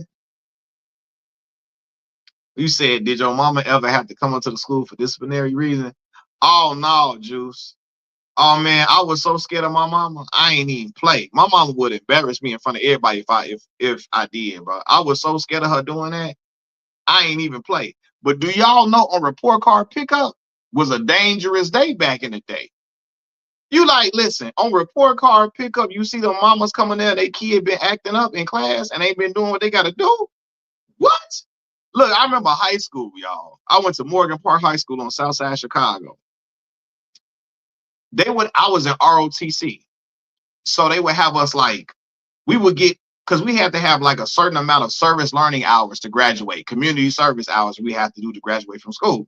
So I would, like, if you was an ROTC, they would have you dress up in your uniform on report card pickup and then direct parents to the classrooms, because you know the school had classrooms all over the building. So I would come and do that.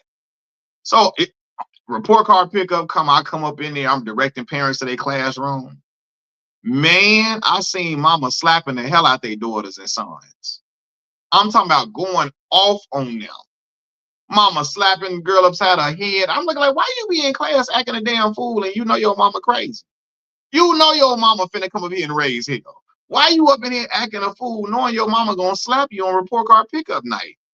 Mama slapping the hell out of him. Mama, oh shit. You know your mama crazy. Why has you up in there for a report card pickup? So many kids got their ass whooped report card pickup day. What? Oh man, I would get secondhand embarrassment for some people. Like, yo, you know your mama finna come up here wreaking havoc.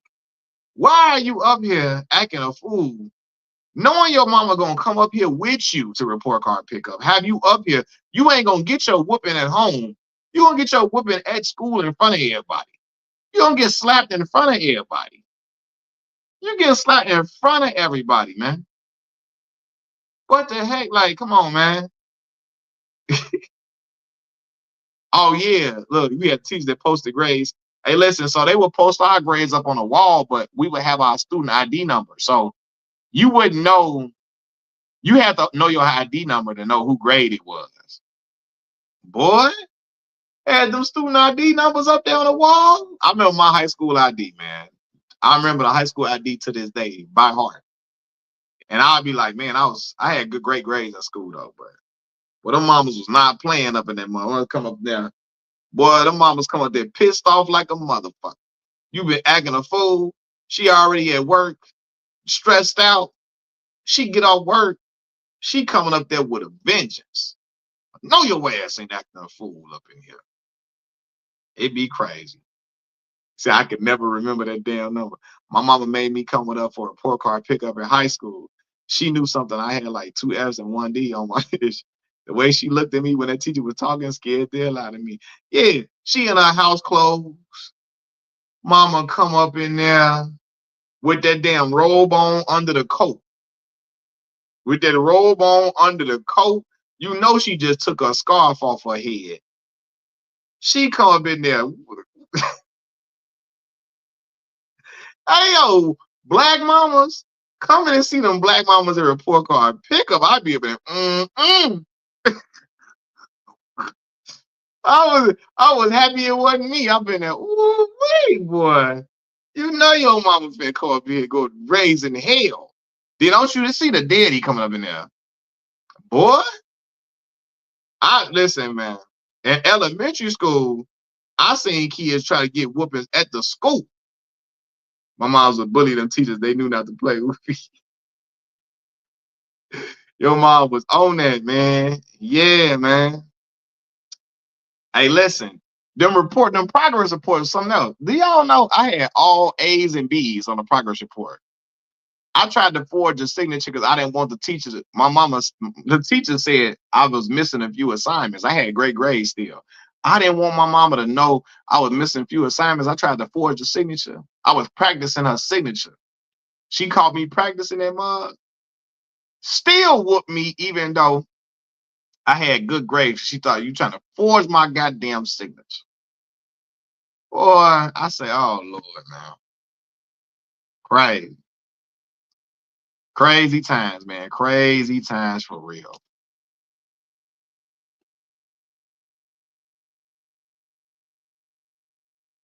Yeah, daddy come up in there. He mad too. Daddy been working 2 jobs like Julius on Everybody Hates Chris. Daddy come up in there with that blue uniform. That's how my daddy come in there. That blue uniform. Daddy he ain't trying to hear about you not doing what you got to do in class. He worked too damn hard for you to be acting a fool in class. Daddy come up in there, you know he agitated. He looking at you, oh snap. I was failing my mom and the teacher face next day till they helped my I came home one day early from school, lying, talking about it was a half a day. I had my friend with me. She went and called the school to confirm. I knew I messed up, told my friend to get up out of here. Yeah, tell your friend he got to go. He said, Jay said, my pops was in the military. I was scared of it. All military daddies. Woo! I know they don't be playing. Military daddy, you got to have that room spick and span, bro. Room inspection.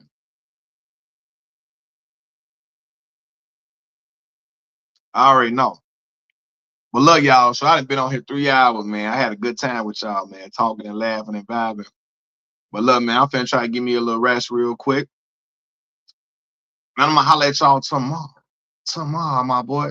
Well, my guy.